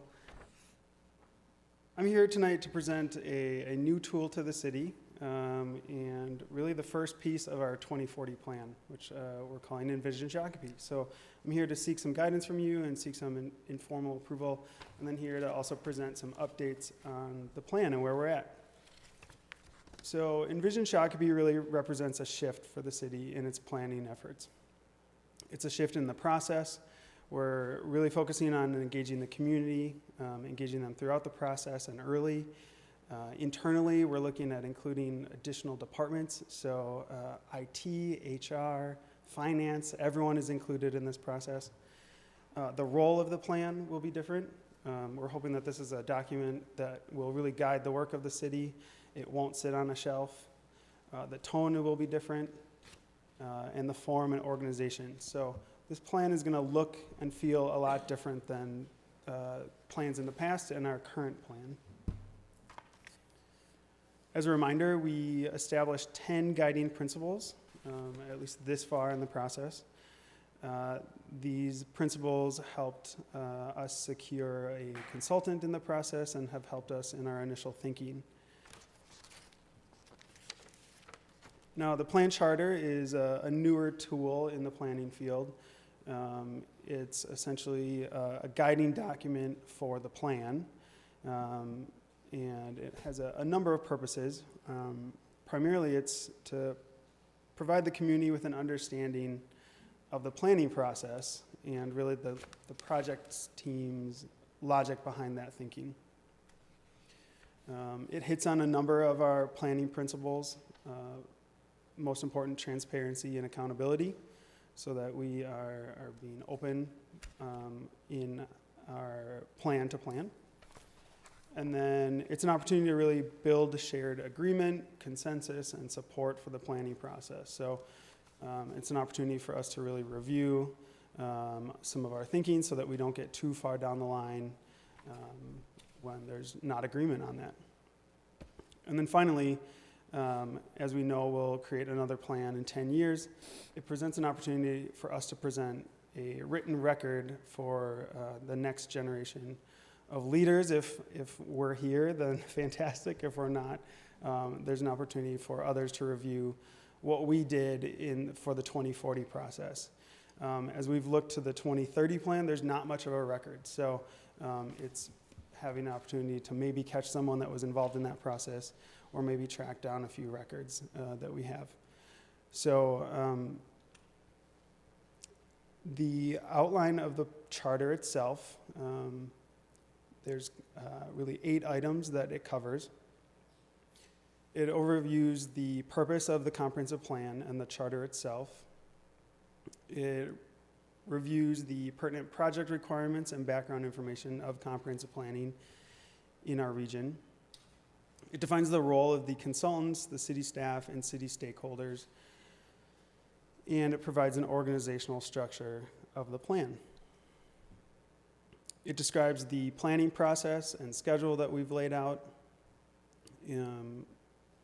The 2 newer items that really you haven't seen thus far are a more detailed plan for community outreach and an engagement strategy, and then a branding and communications guide.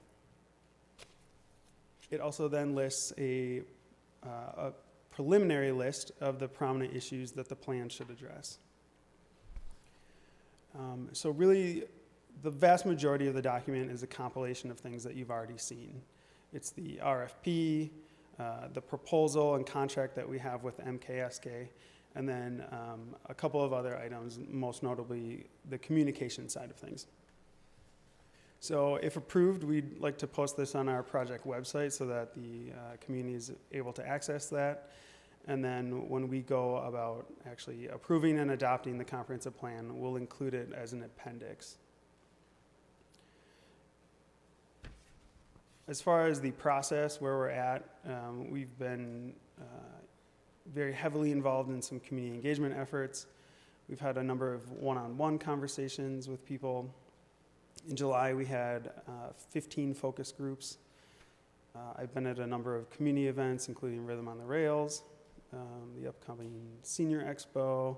See you everywhere. I'm kind of just everywhere, but it's been fantastic. We have our website and social media. We have our display boards. There's one out in the lobby here. We've been in the newspaper and in newsletters. We're conducting an internal staff survey to engage our staff. We've outlined our Plan Champions, which is really a volunteer opportunity for people to be engaged in the process. And we have a lot more planned.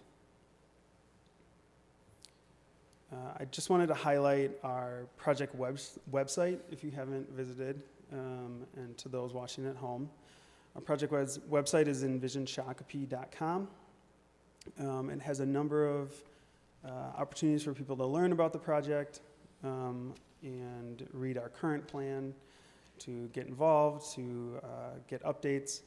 But probably what's most important now is our participation tab. So there's opportunities for people to answer a quick survey, to find us at community events, sign up for project updates. There's an Envision Shakopee story map, and then there's a do-it-yourself planning meeting, which is a meeting that takes about an hour, and if people are interested in hosting their own meeting without city staff present, we provide all the tools and questions to conduct that meeting. We'll then take that feedback that we get from those meetings and incorporate it into our plan. We have our first community-wide workshop coming up on Thursday, October 12th. It'll be from 6:30 to 8:30 in the evening at the community center. We'll have a brief presentation at 6:45. And that workshop will cover some of the emerging issues, so we'll highlight what we've been hearing so far. We'll go over some demographic and data that MKSK and their team has been analyzing. And we'll then highlight some of the next steps, review the process, and then have some community conversations and stations. For an overview of the process, we're basically wrapping up phase one, which is community understanding, and moving into community visioning. So each phase will kind of dig a little bit deeper into where we can move forward and the actions that we can highlight in our plan. Kind of as we move into each phase, we'll have a community workshop. So we'll have one in October. We'll have one again probably in January, and then looking at schedules and spring break, probably April. Of course, then once we complete the plan itself and have our neighbors review it, we'll have the formal approval and adoption in November and December, and then sometime again, the formal adoption will take place sometime in spring of 2019. So I'm available for questions. Mr. Lehman. Mayor, since first time I saw this was when I got it delivered on Friday, and have very little input into this process so far, I'd make a couple suggestions. The first suggestion would be that we as a council have a workshop on the specific items in this document and try to build some consensus so that we don't have 11th hour division again. And then I'll briefly touch on some areas that going through here that I totally disagree with. Page 7, it's talking about system-based. Strategically, we want to challenge conventional wisdom. We want to system-based. We want to address the root causes of societal, economic, and environmental issues. I'm not really sure what the societal cause and effect is and how we can address that. But then the following pages, it talks about roles and responsibilities, and I believe that's the only time the city council is even mentioned in the whole document. You know, it almost feels like we're not a part of this, but then we're gonna be asked to approve it, and then we're gonna wonder why at the 11th hour that we have all kinds of disagreements and divisions and everything else. Page 11, it shows who all the team players are, core team, full team. Nowhere is council even listed at all. So there's another area in here that talks about what's important, page 35. It's got transportation, county and state roads as minimal. Yet it's got bike, pedestrian, local streets, freight, trains, air traffic as significant, which I see that as exactly opposite of what it should be. Water and utilities, minimum. Electricity, minimum. These are major issues. Our primary focus in a comprehensive plan should be what the state statute requires. I mean, if them are insignificant, then we need to tell the state legislators that they got it all wrong and we're not gonna follow their laws. So I would say the top role in a comprehensive plan is what the law requires. They're looking for sewer capacity, electrical expansion, stormwater runoff, roads, and roads are critical in Shakopee, as we saw on the little map outside there on the wall where everybody's putting their red stars on 169 because they're sick of sitting in traffic. Yeah, it's a state road. We're gonna have to address these issues or growth is gonna be very hard in Shakopee. But we do address them, and it's a MnDOT state highway. This document is supposed to take the 7-county metro area as a regional area and give them a snapshot of what everybody's thinking so that all these entities can plan for that. Almost done, Jay, thanks. Page 37, it's talking about historic preservation, diversity and inclusion, social and cultural assets, building inspections. Yeah, we are getting so far out the grasp of what the concept of a comprehensive plan is here that, you know, when did we talk about what we actually wanted out of a comprehensive plan? We haven't, and thus why the 11th hour division happens on this council. Councilor Whiting? Mr. Mayor, I could let Eric respond to this, but this shows on, you're pointing at page 34 and 37, this talks about the plan and outline of additional information and the extent of the update needed, whether it's minimal or am I correct with that? It's not saying that it's not significant. It's just needs either in the current planning process, it needs significant change or minimal change. And as far as the core team, these guys have been working on this process, and they're in here working on it. This is the core team that's working on this planning document. We've been involved in different aspects of it through interviews, and you've been invited. We had an interview over the phone. Right, That's but the this is the extent of core our team and full involvement in team. this. If I'm looking at this wrong, please stop me, but this is the team that's working on this planning document. I'm trying to preempt future problems. No, I'm just pointing out what I'm seeing as a difference. It would seem to me to make sense for us as a body to figure out what exactly we want to accomplish in this process, so that we're not putting a whole lot of money, time, and effort in the wrong areas. I'm not saying you're in the wrong areas. I'm saying, how would you possibly know? We've never given you direction, have we? Councilor Mokel? But we also had focus groups before, and I believe that, you know, within community engagement as well. I don't think this is just about the 5 of us. This is about our community as a whole, and we're trying to engage them in this process. And I think what you're trying to say is you want to have it all put together and then present it to the community, and that's not what we thought when we first came up with this plan and it was presented to us, is that we wanted to have this a community focused instead of a council focused. And I think by bringing it back and making us approve it, I think is the wrong way to go. What I'm saying, Councilor Mokel, is there's statutory requirements to a comprehensive plan update. And I would think that meeting them statutory requirements would be probably one of our goals in this process. And that's why you have a They- team. they But will be that's- met. But that's not to say that you keep the community out of this process. Oh, not at all. However, eventually the 5 of us are gonna have to approve this. Do we wanna keep going down a road where none of us are involved in this process? I've had almost a 45-minute phone interview with somebody in Ohio. That's We been had the- our consultants in City Hall available. That's been the extent of my involvement. I didn't know there was other things going on, other than We being were all invited. other than being a citizen that can go online and take some survey or something.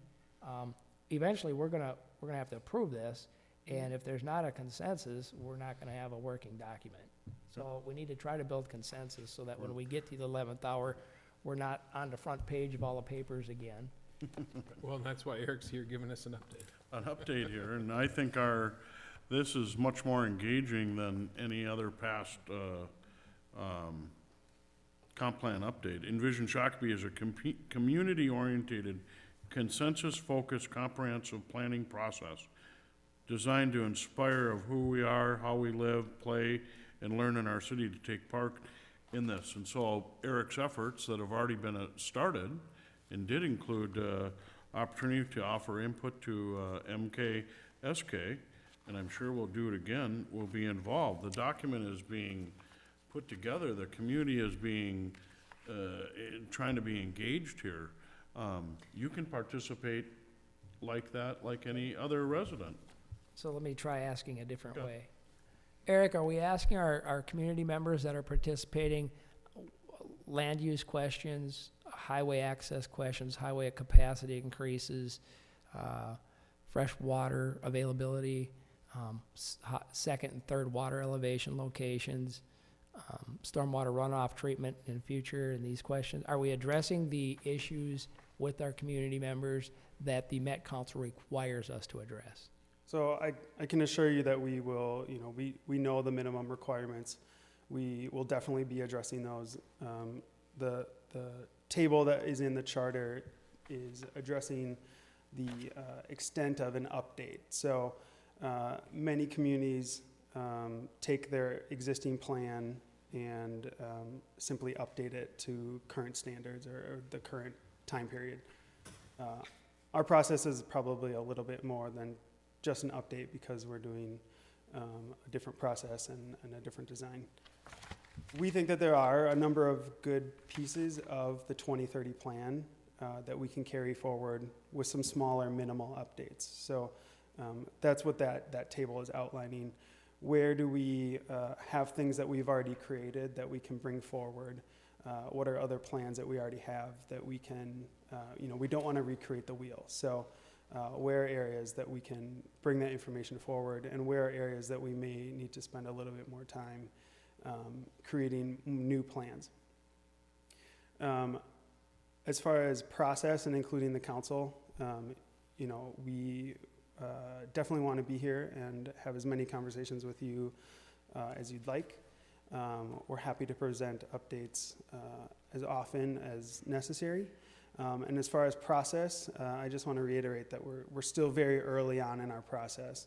We're only ending the first phase. And this first phase has been very high level, asking people very open-ended questions of what they'd like to see in the future in the city, what they like, what they don't like. As we move forward into the visioning and focus areas and implementation, we'll be asking more specific questions about the transportation network, about sewers, about land use. So we had to start someplace. We wanted to engage people in a way that was accessible to them. Not everyone gets super excited about sewers or roads. Some people do, for sure. But we wanted to start at a place where it was pretty open, where we were just listening. As we move forward and begin to craft what that plan will look like, that's when it'll get a little bit more specific. But at this point, it was really just an opportunity for us to say, we want to have a conversation with you, and you tell us. And there was very little of us saying, well, here's why we do this, or but this, or this will cost this. This was really just an opportunity for the community to come and say, here's what we think. All right. Further discussion? No, I I think appreciate the update on this and the detail here, and I look forward to it. I see you everywhere in our community. I hope residents get involved. That's what, you're always trying to get that engagement. Some are, some aren't. Maybe their vision is for a vibrant downtown, or a vibrant community in many sectors, or I have people asking me about the West End. Hey, when are we gonna see something there? I mean, it's all, people they look at things differently. And yes, at the end, we're gonna have a document, and we're gonna have to get it approved, and we're gonna have to get it over to the Met Council for their approval, but this is, trying to engage our citizenry, not just 5 people. And I will say, I thank you for this input. I will definitely go back and make some changes to some of the language specifically around the council's role in this process. So I will definitely go out and do that. And I will say that the conversations I've had with the community have been overwhelmingly positive, and people are very excited to see a different process, and they're very appreciative of being included early on in the process. Councilor Lehman. I've been through 2 comp plan updates, and and you've been through one, I believe. It's critical. What we're really trying to do with this document, among other things, is to make sure that as we grow as a community, physically grow, that we've done our homework and that all the other agencies know what to anticipate. Where we're going to put our heavy industrial, where we're going to put our residential, where we're going to put major roadways, or where we foresee improvements in roadways and capacity, and where the sewer main lines are going to go to feed this growth, and these are all infrastructural important things that have to be in place, or growth can't happen in a what am I looking for, a coordinated fashion. It's kind of critical. No, when I bring up the West End, raw farmland over there, and when people, they want to say, hey, when can I buy a house over there? They're not interested where the sewer line is. But we are, and we think it's critical, and I agree with that. You're gonna hear from the citizenry, I want to buy a house, when can I, and are we gonna have water and sewer there? Yeah. And then tighter in, infrastructure and all that, absolutely, that will be in the document. The timing of them different elevations from Spuck has to play a role, and Well, thank you. No, I think from the beginning of this process, we wanted to make it more than just that. And we wanted to have the input of the citizens, and Eric's been out at all these different places and tried to gather that input. And from his timeline he's got in front of us here, there's the visioning and the focus area of input. And then the whole planning document comes together, and a lot of these things are in place from the 2030 plan. And of course, we're going to expand on that, but some of it may need little or less change. But the idea is that we've put together this process, and this tool that he's put together, and this charter tool, I think, is a great opportunity to have a plan, to put the plan together. And that's what the goal is here. And so I like where it's going, and I appreciate all your work you've put into this, along with all the rest of the staff and the team that you've put together to do this. So as far as I'm concerned, I would make a motion to approve the plan charter as a working document of the envisioned Shakopee. I have a motion on the table. Counselor Lehman? I'll wait and see if we get a second. I'll second. Oh, I thought you were gonna second it. No. Counselor Mokel, A second. Okay, discussion? What I'm saying is, I don't want to see us mislead the citizens down a path to where the issue is the legislative intent of the state statute on what we're trying to accomplish here. Okay? And I'm not satisfied with the current planning I document, see that.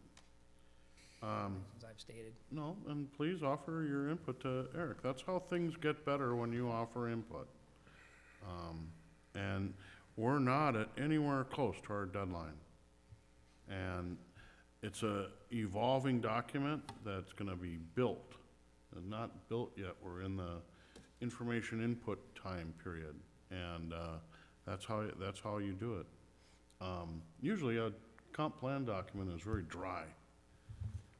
We set out and hired a consultant to make it more of a living, breathing document that's more transparent, that's more open, that reflects the community, rather than that dry Minimum. thing. Those dry things will be in there. That's fine. Let's make sure that the legislative intent and No. what we have to Right. have in there is done properly. Okay? We're going beyond that.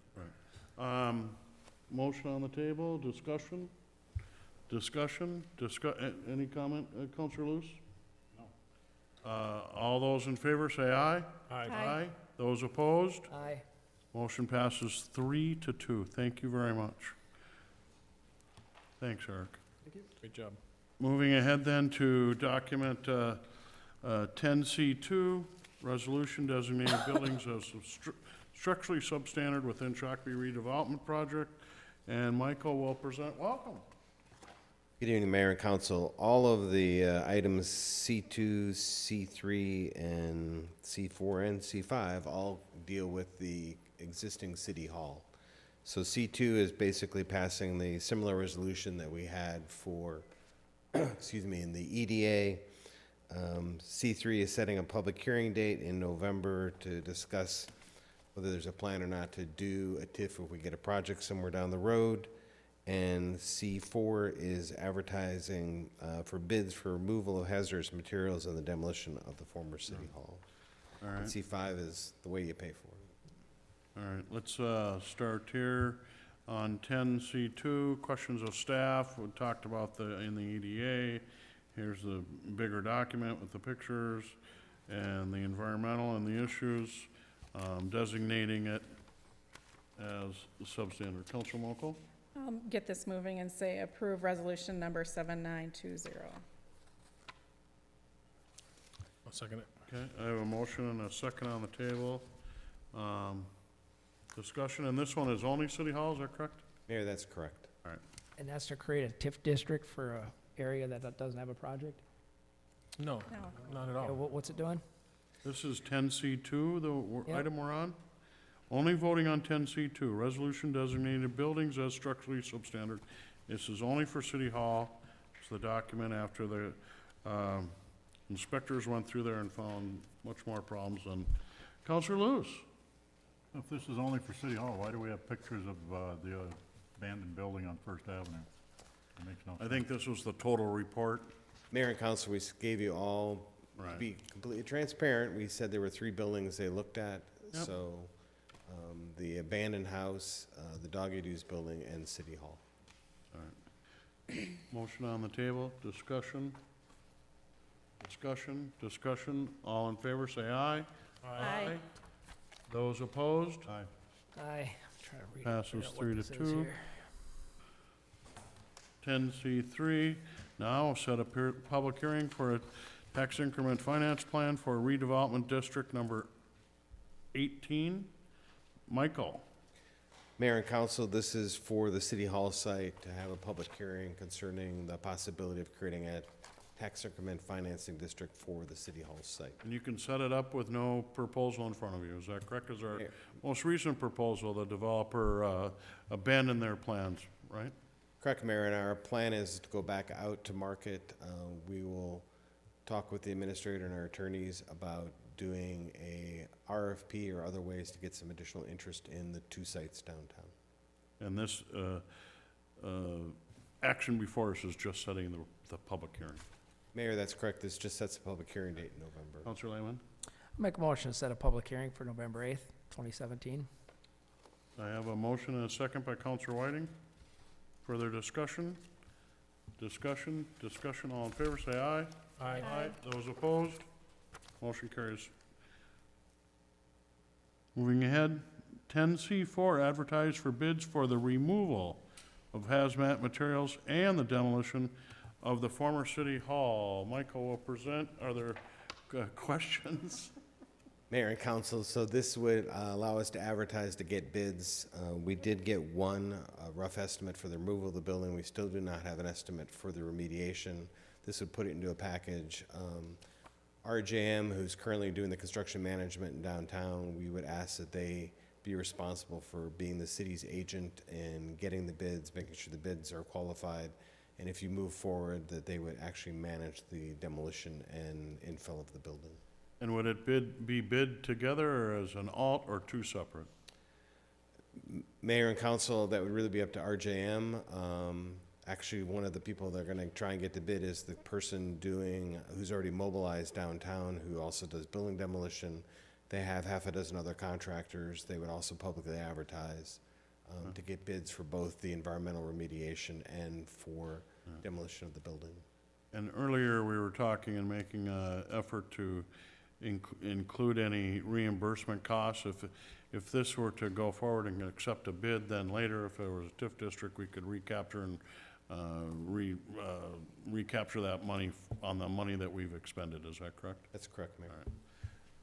Further, Councilor Whiting? Make a motion to authorize the advertisement for bids to retain RJM as the owner's agent for cost, hold on, was it the, authorize staff to advertise for bids for the work and to execute the necessary agreements with RJM to represent the city's interests. I have a motion on the table Not to and a second. Further discussion. Councilor Lewis?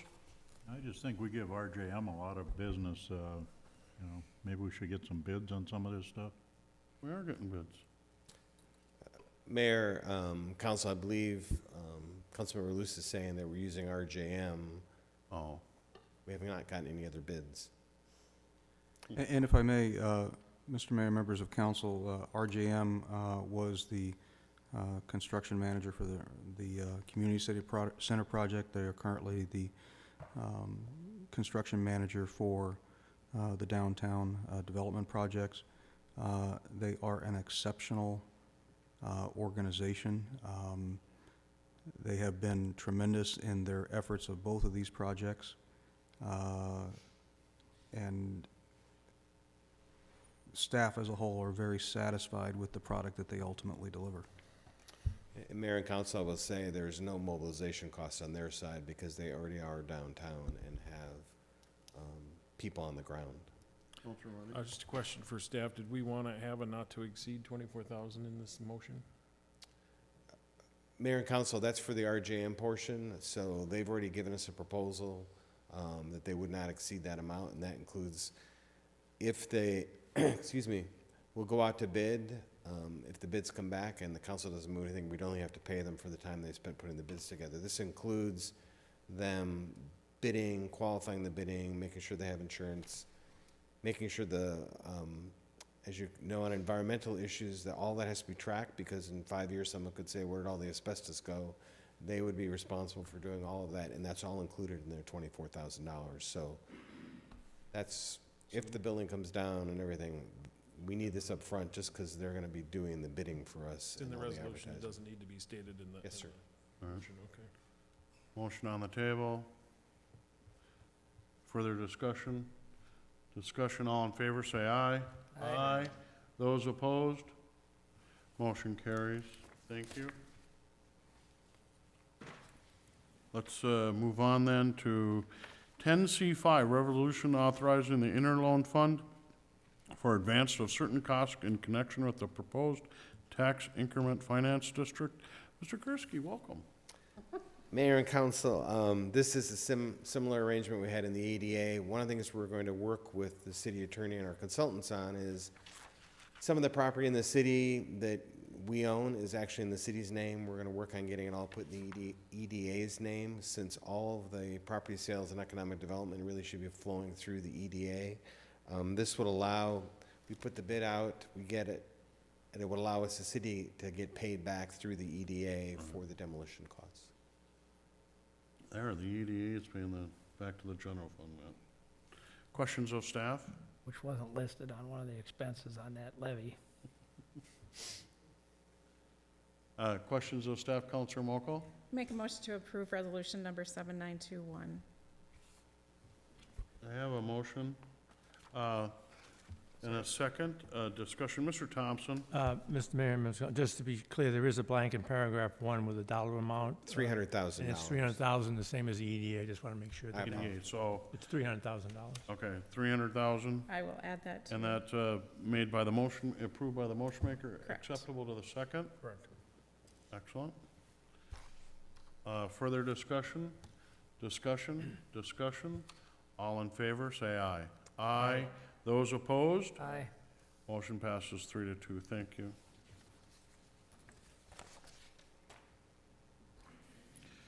Next up, 10C6, acceptance of a sculpture and grant from the Shakopee, Minnewacan Sioux community, and thank you very much. And Michael, welcome. Mayor and council, we've been working, as you remember, the concept plans for the downtown improvement project included a sculpture of Chief Shakopee at the entrance. The Minnewacan Sioux community has one. It was at the entrance. Through the reconstruction of '83, it was removed. They have offered to give that to the city along with, we've been in contact with the artist in Colorado and his agent. It would be boxed up, shipped back to Colorado, refinished, restored, brought back here and installed at the gateway entrance. And so the SMSC did approve $50,000. That was the estimate from the sculptor and their foundry and the agent to do all of that, bring it back and install it in downtown. Questions of staff? Councilor Lewis? Just so that you make it sound like it's so rare. What? Everything's free here. The tribe's picking up the whole tab, and they're giving us a sculpture. Mayor and Councilmember Lewis, correct. Okay, just want to make that clear. Yeah, this, I was gonna mention that too, that Councilmember Lehman? Make a motion to accept the donation and thank them for their donation. Second. Motion and a second by Councilor Lewis, and discussion, the 50,000 is really, it doesn't really represent a dollar amount of the total value of where we're getting. Many years ago, we took back Huber Park and take back our river, stop turning our back to the river. Here, another opportunity, years later, to actually learn more about our history and have it directly in our downtown, I think is vitally important for our community. Councilor Lewis? The sculpture, I take it, is bronze, Mayor and council, yes. and then it will be put on some kind of a limestone base, I'm guessing? Because here it looks like limestone, but it's actually fiberglass. Mayor and council, it was actually stucco-covered fiberglass. We plan on working with RJM and WSB and the sculptor on doing, excuse me, probably a concrete base that'll be bolted into and it'll be covered in, sorry, I'm getting the name. The stone from Mankato would cover it. So it would actually be real stone, not stucco. Like the stone squares out in front of City Hall, something similar to that.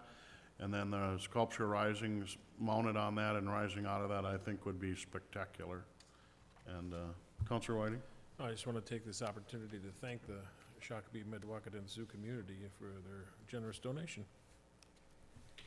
Further discussion, Councilor Moko? and I will concur with that. Further discussion? Discussion, all in favor, say aye. Aye. Those opposed? Motion carries. Thank you. All right. Let's move ahead then to item 11A, Comprehensive Plan Amendment for Entertainment Land Use. Mr. Kursky, welcome. Boy, haven't seen you in a while. Good to see you. Mr. Reynolds. And as a reminder for Mr. Mayor and council members, this is a workshop setting, so there are no decisions that will be made here. Ultimately, anything that we decide upon will be brought back for your decision at a later date. Thank you. Mayor and council, we had a work session on this topic on August 29th, and we said we'd be back to you taking into consideration some of your comments. Again, this was not defined in the 2030 comprehensive plan, and the Met Council asked for some definition to be adopted. Two areas that would be impacted would be Canterbury and Valley Fair. The area that's highlighted sort of in the salmon color, which is the very large Canterbury Park area, currently includes things like Seagate, a McDonald's, a hotel, and other uses. So this is a diagram showing how the comprehensive language that you'll see in a second would be implemented. So there was some concern on how we would calculate for the housing. Would it be the whole salmon color area? Would it be the entertainment area? What we're proposing is basically it's the area around the main entertainment area. So here it's the track area and the stable area. You can see this is the area in the comprehensive plan. This piece is actually currently in the comprehensive plan as high-density housing. This is a piece that they're proposing for high-density housing, and behind it, a medium-density piece. So this would be the language that would go forward for the 2030 comp plan amendment. Basically, in the there would be two areas. One would be kind of that entertainment area, and then a ring around it. And the ring around it could include compatible land uses, including medium and high-density residential, 14 to 28 units an acre, office, office tech, medical, retail uses. The high-density residential would be limited to the compatible land use area only and shall consist of no more than 15% of that area, excluding roads. So based on that, this diagram shows this area is about a total of 30 acres. So it's 14.8%.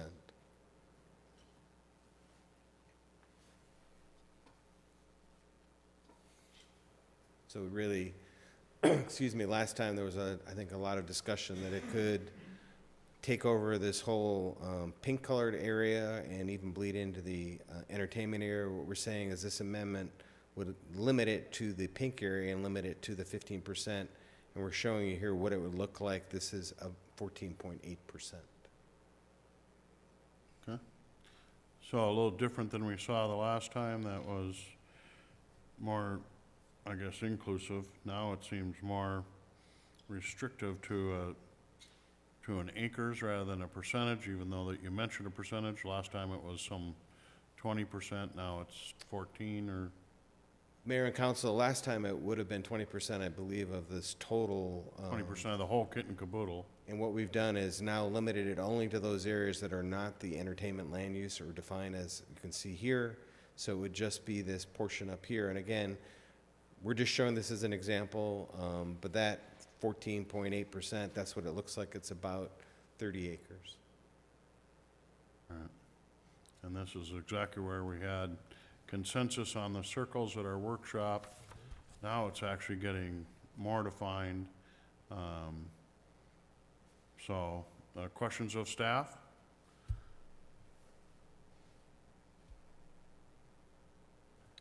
Councilor Whiting? Just a comment, you know, we've talked about this site quite a bit. I know there was some concerns, and I think it may have been more on the diagram that was presented, but I think this spells out in more detail what we're looking for at this site. And to me, I think it answered some of the questions that were brought up the last time we discussed this, and appreciate the effort and the idea, so we have a better view of what's going on here.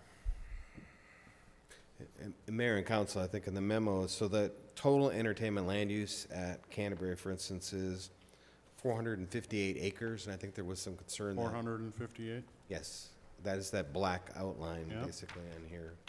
I think there was some concern about what the percentages would be again, so what we're saying is there's 216.6 acres inside the proposed road system. That would be called the entertainment area, and there's 241.8 acres outside of that, of which 36.5 acres is in the right-of-way. All right. I mean, I bring a holistic aspect of this. I know that we had consensus on this would be a good place for some higher density back in February. We're trying to narrow it down to site-specific, area percentage specific, which I think is great work. But actually, as I spoke last time at that meeting, over 30 years of a big circle around a big impact that thought would have different uses, and the best planners were looking at it and saying, you know, that I think these auxiliary uses will fill in around the track. Well, it never happened. 30 years later, now we're looking at what's gonna happen over the next 20 or 30 years. I know to the west, we had some property that was zoned all commercial, and that wasn't filling in either. And the developer asked for high density over there in an area that was zoned for commercial.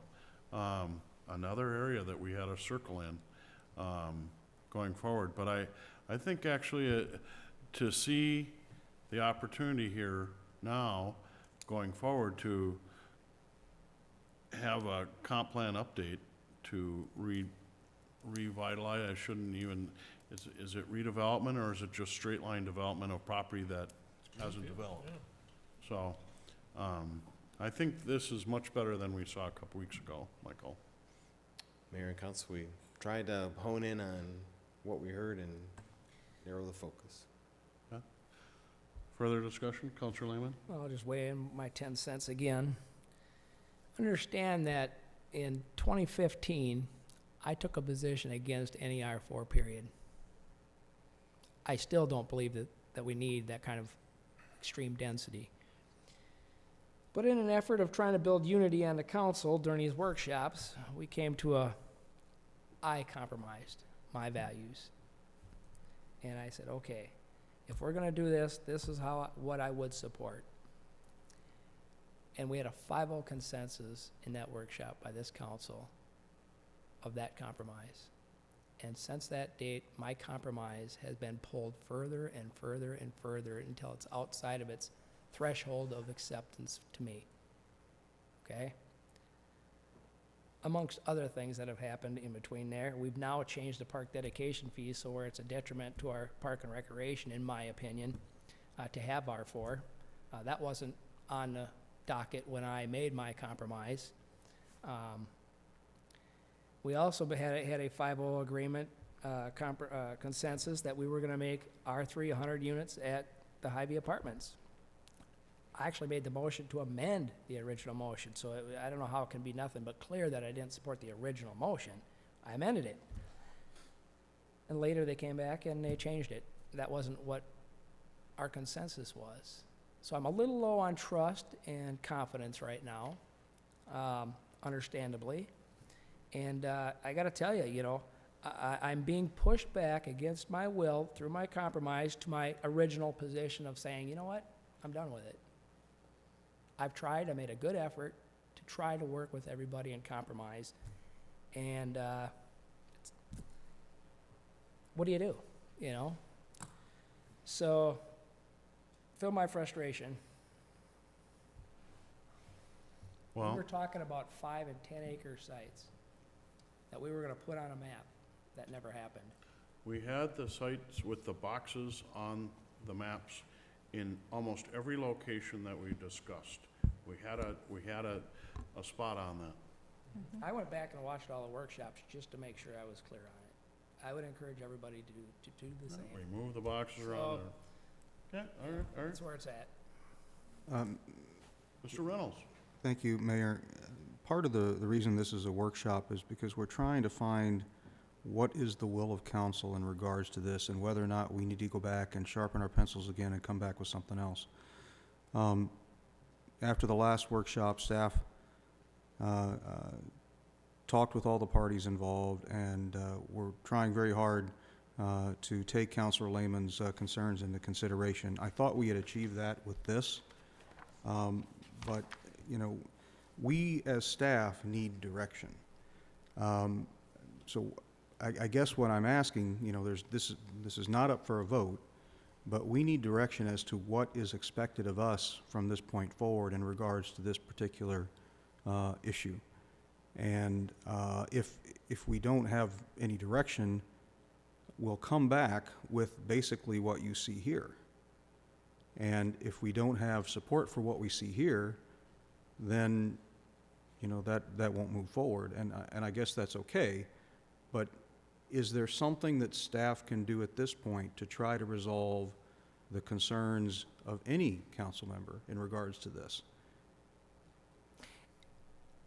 Counselor Lehman? If I haven't made myself clear enough in the last 3 times this topic has came up, then nobody is listening to what I say. People are listening. You know, within our community and on the outside of our community, they're listening, learning, and watching. We have a developer, a landowner that has a big hunk of land. For 30 years, it's been designated a couple different zones: racetrack district, major recreational zone. Those really haven't triggered the best and highest use of that land around this entertainment thing. 30 years, couple different modifications. Now here's another one. To not say that this could be a great area for this type of change, and maybe in 30 years we'll find out it might not work. But clearly, the land use designation that is currently on this parcel is not working to the fullest advantage for the landowner and, I believe, our community. And for a council member to say, well, I don't like it, I have concerns, this is about a community of 40,000 that is growing and expanding, and different needs, different desires. That's really how I look at it. I don't really want to sit here in 30 years and say, we changed the land use again and it didn't work. I'd like to see all that land around there developed, because at the end of the bottom line, it's going to be great for our community.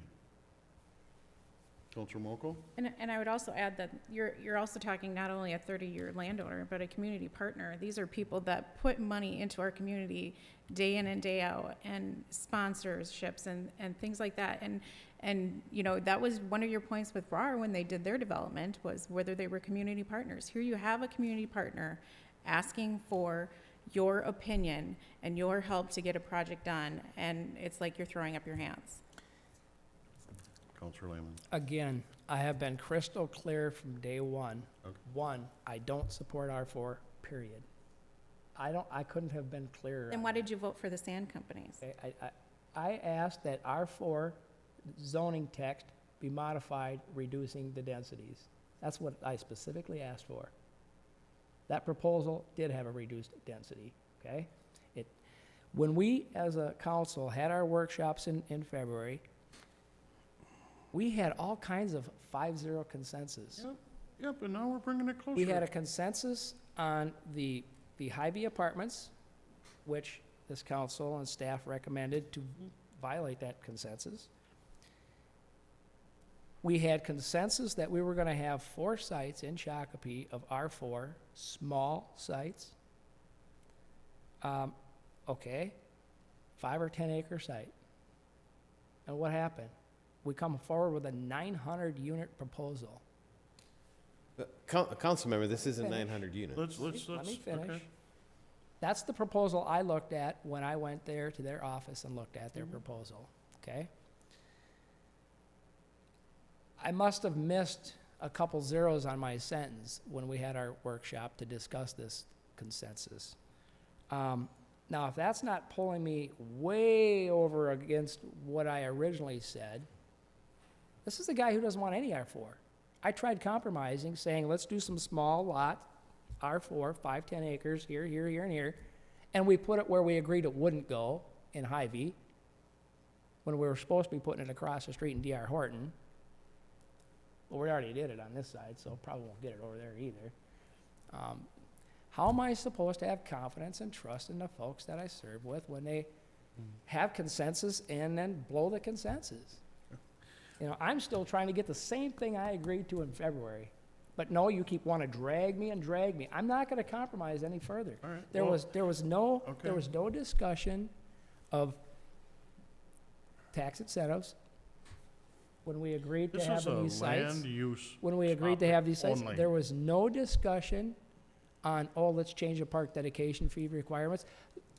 These things change my thought of my original compromise. So, Yeah. you know, I can't believe that, you know, why don't we reverse the roles here? Why don't we just drag you folks way over this way a little bit? You folks. Yeah. Yeah, the people on my left. Counselor Whiting. Compromise You is know, a two-way ex- street. Excuse me, I have the floor now. You talked about the Hy-Vee development, and that developer couldn't make it work. And so they had to come back with a different proposal that could make it work for them. And the mayor is right. People are watching.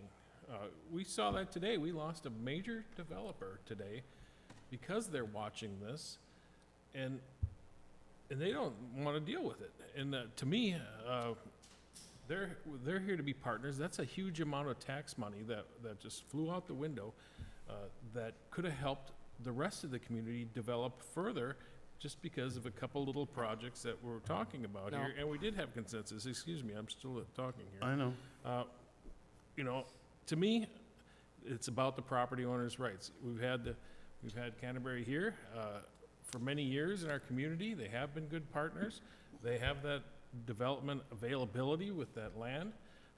How do we make it work? Things have changed. It wasn't going to be a horse community after a few years, so we got to adapt. It's a great opportunity to spread that commercial and you know, the business side of it on the other part of the map we looked at here a few minutes ago. What exactly? You just don't like the higher density levels about R4? You don't want, that's how people are making money on these apartments now, so they can afford to build it and make their money back from the development. And that's how people are living. Yeah, I look at it that, you know, Matt, you've always been a landowner, right? Here, the owner's got a zoning that can't get nothing going. And yeah, he wants to change. You bet. And then, so we might have a situation where we might not approve the ability for a landowner to change his land use. Because you don't like high density, you're one person. You know what? I'll tell you that there's a lot of people that like products like that.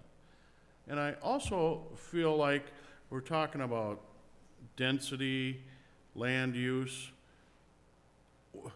I believe that the proposal that you saw at their offices is no more dense than the property that's the Sands project on the east end of town. And I'm going, wow, we gave one developer an opportunity that his land wasn't being developed, and why don't we change that and make it useful and get a project in the ground? We did that. Now here's another landowner that has been trying for years to develop that property. It's a change, but now all of a sudden there's a new product on the market that people are buying. Maybe not you, maybe not me, but this is land use. Do you think it's okay to have a small section of 458 acres, 14%, be higher density? That caps out at 30. None of the projects have been at 30. They're all at 24 and change. Even though around our community, up Addison, we have 5 or 6 buildings in our downtown surrounding area that have densities of 40, 50, 60. You don't bat an eye at that. You know, what's the most recent one? The Henderson. Look at that building. Figure out how it fits in the neighborhood. What is that density on a half a block? A third of a block? I drive by it every day. It looks real nice. That density is way up there too as well. I think north of 40. This is an opportunity for a current landowner to enhance his own land and benefit our community. And I would recommend that this go to the Planning Commission for a public hearing, and then we'll see it back. Councilor Lehman. The problem with the downtown project is there was no consensus prior on this body. We never discussed it. Staff was working on it, and We gave direction. You want to bring up downtown? Well, you know what? We were just talking about the comp plan, Vision 2040. yep, Yeah, We're no doing everything vision, but no land use. redevelopment vision. We just lost $24 million just vanished of redevelopment opportunity in Shakopee. And now here's another opportunity that we're not seeing a true project, but we can only imagine how much that cost. I'm gonna put a marker on there and say 75 million for 14% of 458 acres in a tumbleweed parking lot that hasn't been developed in over 30 years. Matter of fact, a previous owner went broke on this project until it was bought by the current owner. Let's all remember that this racetrack district has not really worked. The track has worked, and it ebbed and flowed, and it went bankrupt, but the land around it has never tried. We put Seagate there, we put a motel, a McDonald's, now a housing aspect, so. You want to put 600-plus units on a site that the residents, the people today can't get on and off the highway. I mean, On and off the highway, it's right next to 169 major infrastructure. 169 is backed up at the peak times. It's the biggest traffic concern that we have in the community. But as we discussed, you're looking at the traffic flow only one way. The traffic, it's having more properties for people to live. They could work here too. You're only looking at it one way. No, I'm looking at it broader. I'm looking at it that not only do you want me to compromise from my already compromised position, but you want the taxpayers to fund it too. This is a land use issue only. Yep. And actually, if you do some homework, Matt, Councilmember Lehman, the county in their 5-year CIP has program for County Road 83 for improvements. They're doing down by Anchor Glass. Yep. And then that whole district's gonna get, and it's in their CIP. It's coming, if are talking about expansion of roadways, but is Canterbury Park not right next to major infrastructure and on-ramp to a major thoroughfare of State Highway 169? Well, hey, moving on to the Planning Commission. Councilor Luce, we'd like to see your input on this project. Are you gonna let Matt talk for you, or do you have some personal comments on this? You know, if you wanna get personal, we can get personal. I'm asking for your input. I know, but the way you did it. I'm asking for your He's not input. speaking for me. Okay, good. Would please offer some input on this. We gave you the high V density, We, and Okay. you moved it ahead without us. mhm. We give you this, you're gonna tip the heck out of it, we're gonna pay through the nose. That's my feeling. Okay. Well, we'll get down to 2 people. So, further discussion, Michael? We're good, sir. So this will go to the Planning Commission for public hearing October 5th and back to City Council October 17th. All right, public hearing. Thank you very much. Thank you, sir. Moving ahead then to reports. We had a city bill list for your perusal. And then liaison reports, Councilmember Lehman. School board, hot topic was what do they call it? The transportation, who's going to what school and how are they gonna get there? They're in the middle of doing that process. Yeah. It's kind of more involved than I thought it was, but, you know, everybody has a school they wanna go to, and then they only have a certain distance that they bus. If you're within a distance, you have to walk, but then they wanna have the, about diversity or mix at all the schools, plus they're gonna change some of the school layouts. So they're right in the middle of that process, and I think there's still time for public input into that process, if you have kids in the school district. So if you have kids in the school district, I would recommend that you jump on their website and try to get to one of the planning sessions at one of the schools to talk about the transportation piece. And the 169 Corridor Coalition was canceled until October. Okay. Thank you. Recently on Saturday, I attended the SDA event. Senator Franken was there. On Saturday, I also attended the Shakopee River Valley Festival. Great start for that organization. I just thought it was wonderful. It's in Huber Park, our community focal point, and I think they're building a lot of energy for the future, so that was great to see. Councilor Whiting? I had no liaison to report on. I did meet with Superintendent Anger and got a chance to talk to him and some of their goals, and that's about all I have to report. Thank you. Councilor Mokel? I also attended the SDA event on Saturday, and I also met with Superintendent Anger this week. Okay.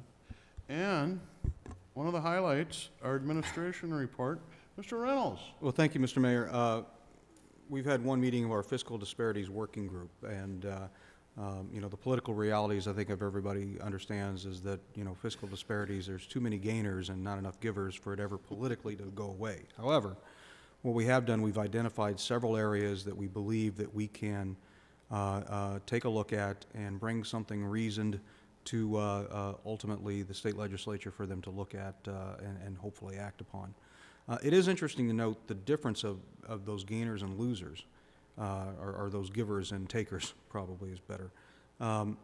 It used to be that for every giver, and Shakopee is a giver, and we give a lot in fiscal disparities, yes. For every giver there were 3 gainers. Now it's just 1 to 1.3. So if you do your political math, you know, as I look at it from a political standpoint, we may not be able to fully address fiscal disparity issues this year. We may not get any action at all, but at some point, you're going to have that tipping point where you're going to have more, or at least even, winners and losers. And, you know, if nothing else, we're laying the groundwork now for maybe something that'll happen in 5 or 10 years. My first Metro Cities board meeting is Thursday night, and so when we have our next council meeting, I'll give you some more information on where we are with that. And that's all I have. Awesome. Thank you very much. Other business? Otherwise, we can adjourn to October 3rd, 2017 at 7 p.m.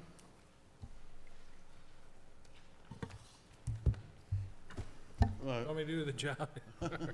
I'll make a motion to adjourn to October 3rd, 2017 at 7 p.m. I have a motion and a second. Further discussion? Discussion? We are all in favor, say aye. Aye. Aye. Those opposed? Motion carries. We are adjourned at 10:29.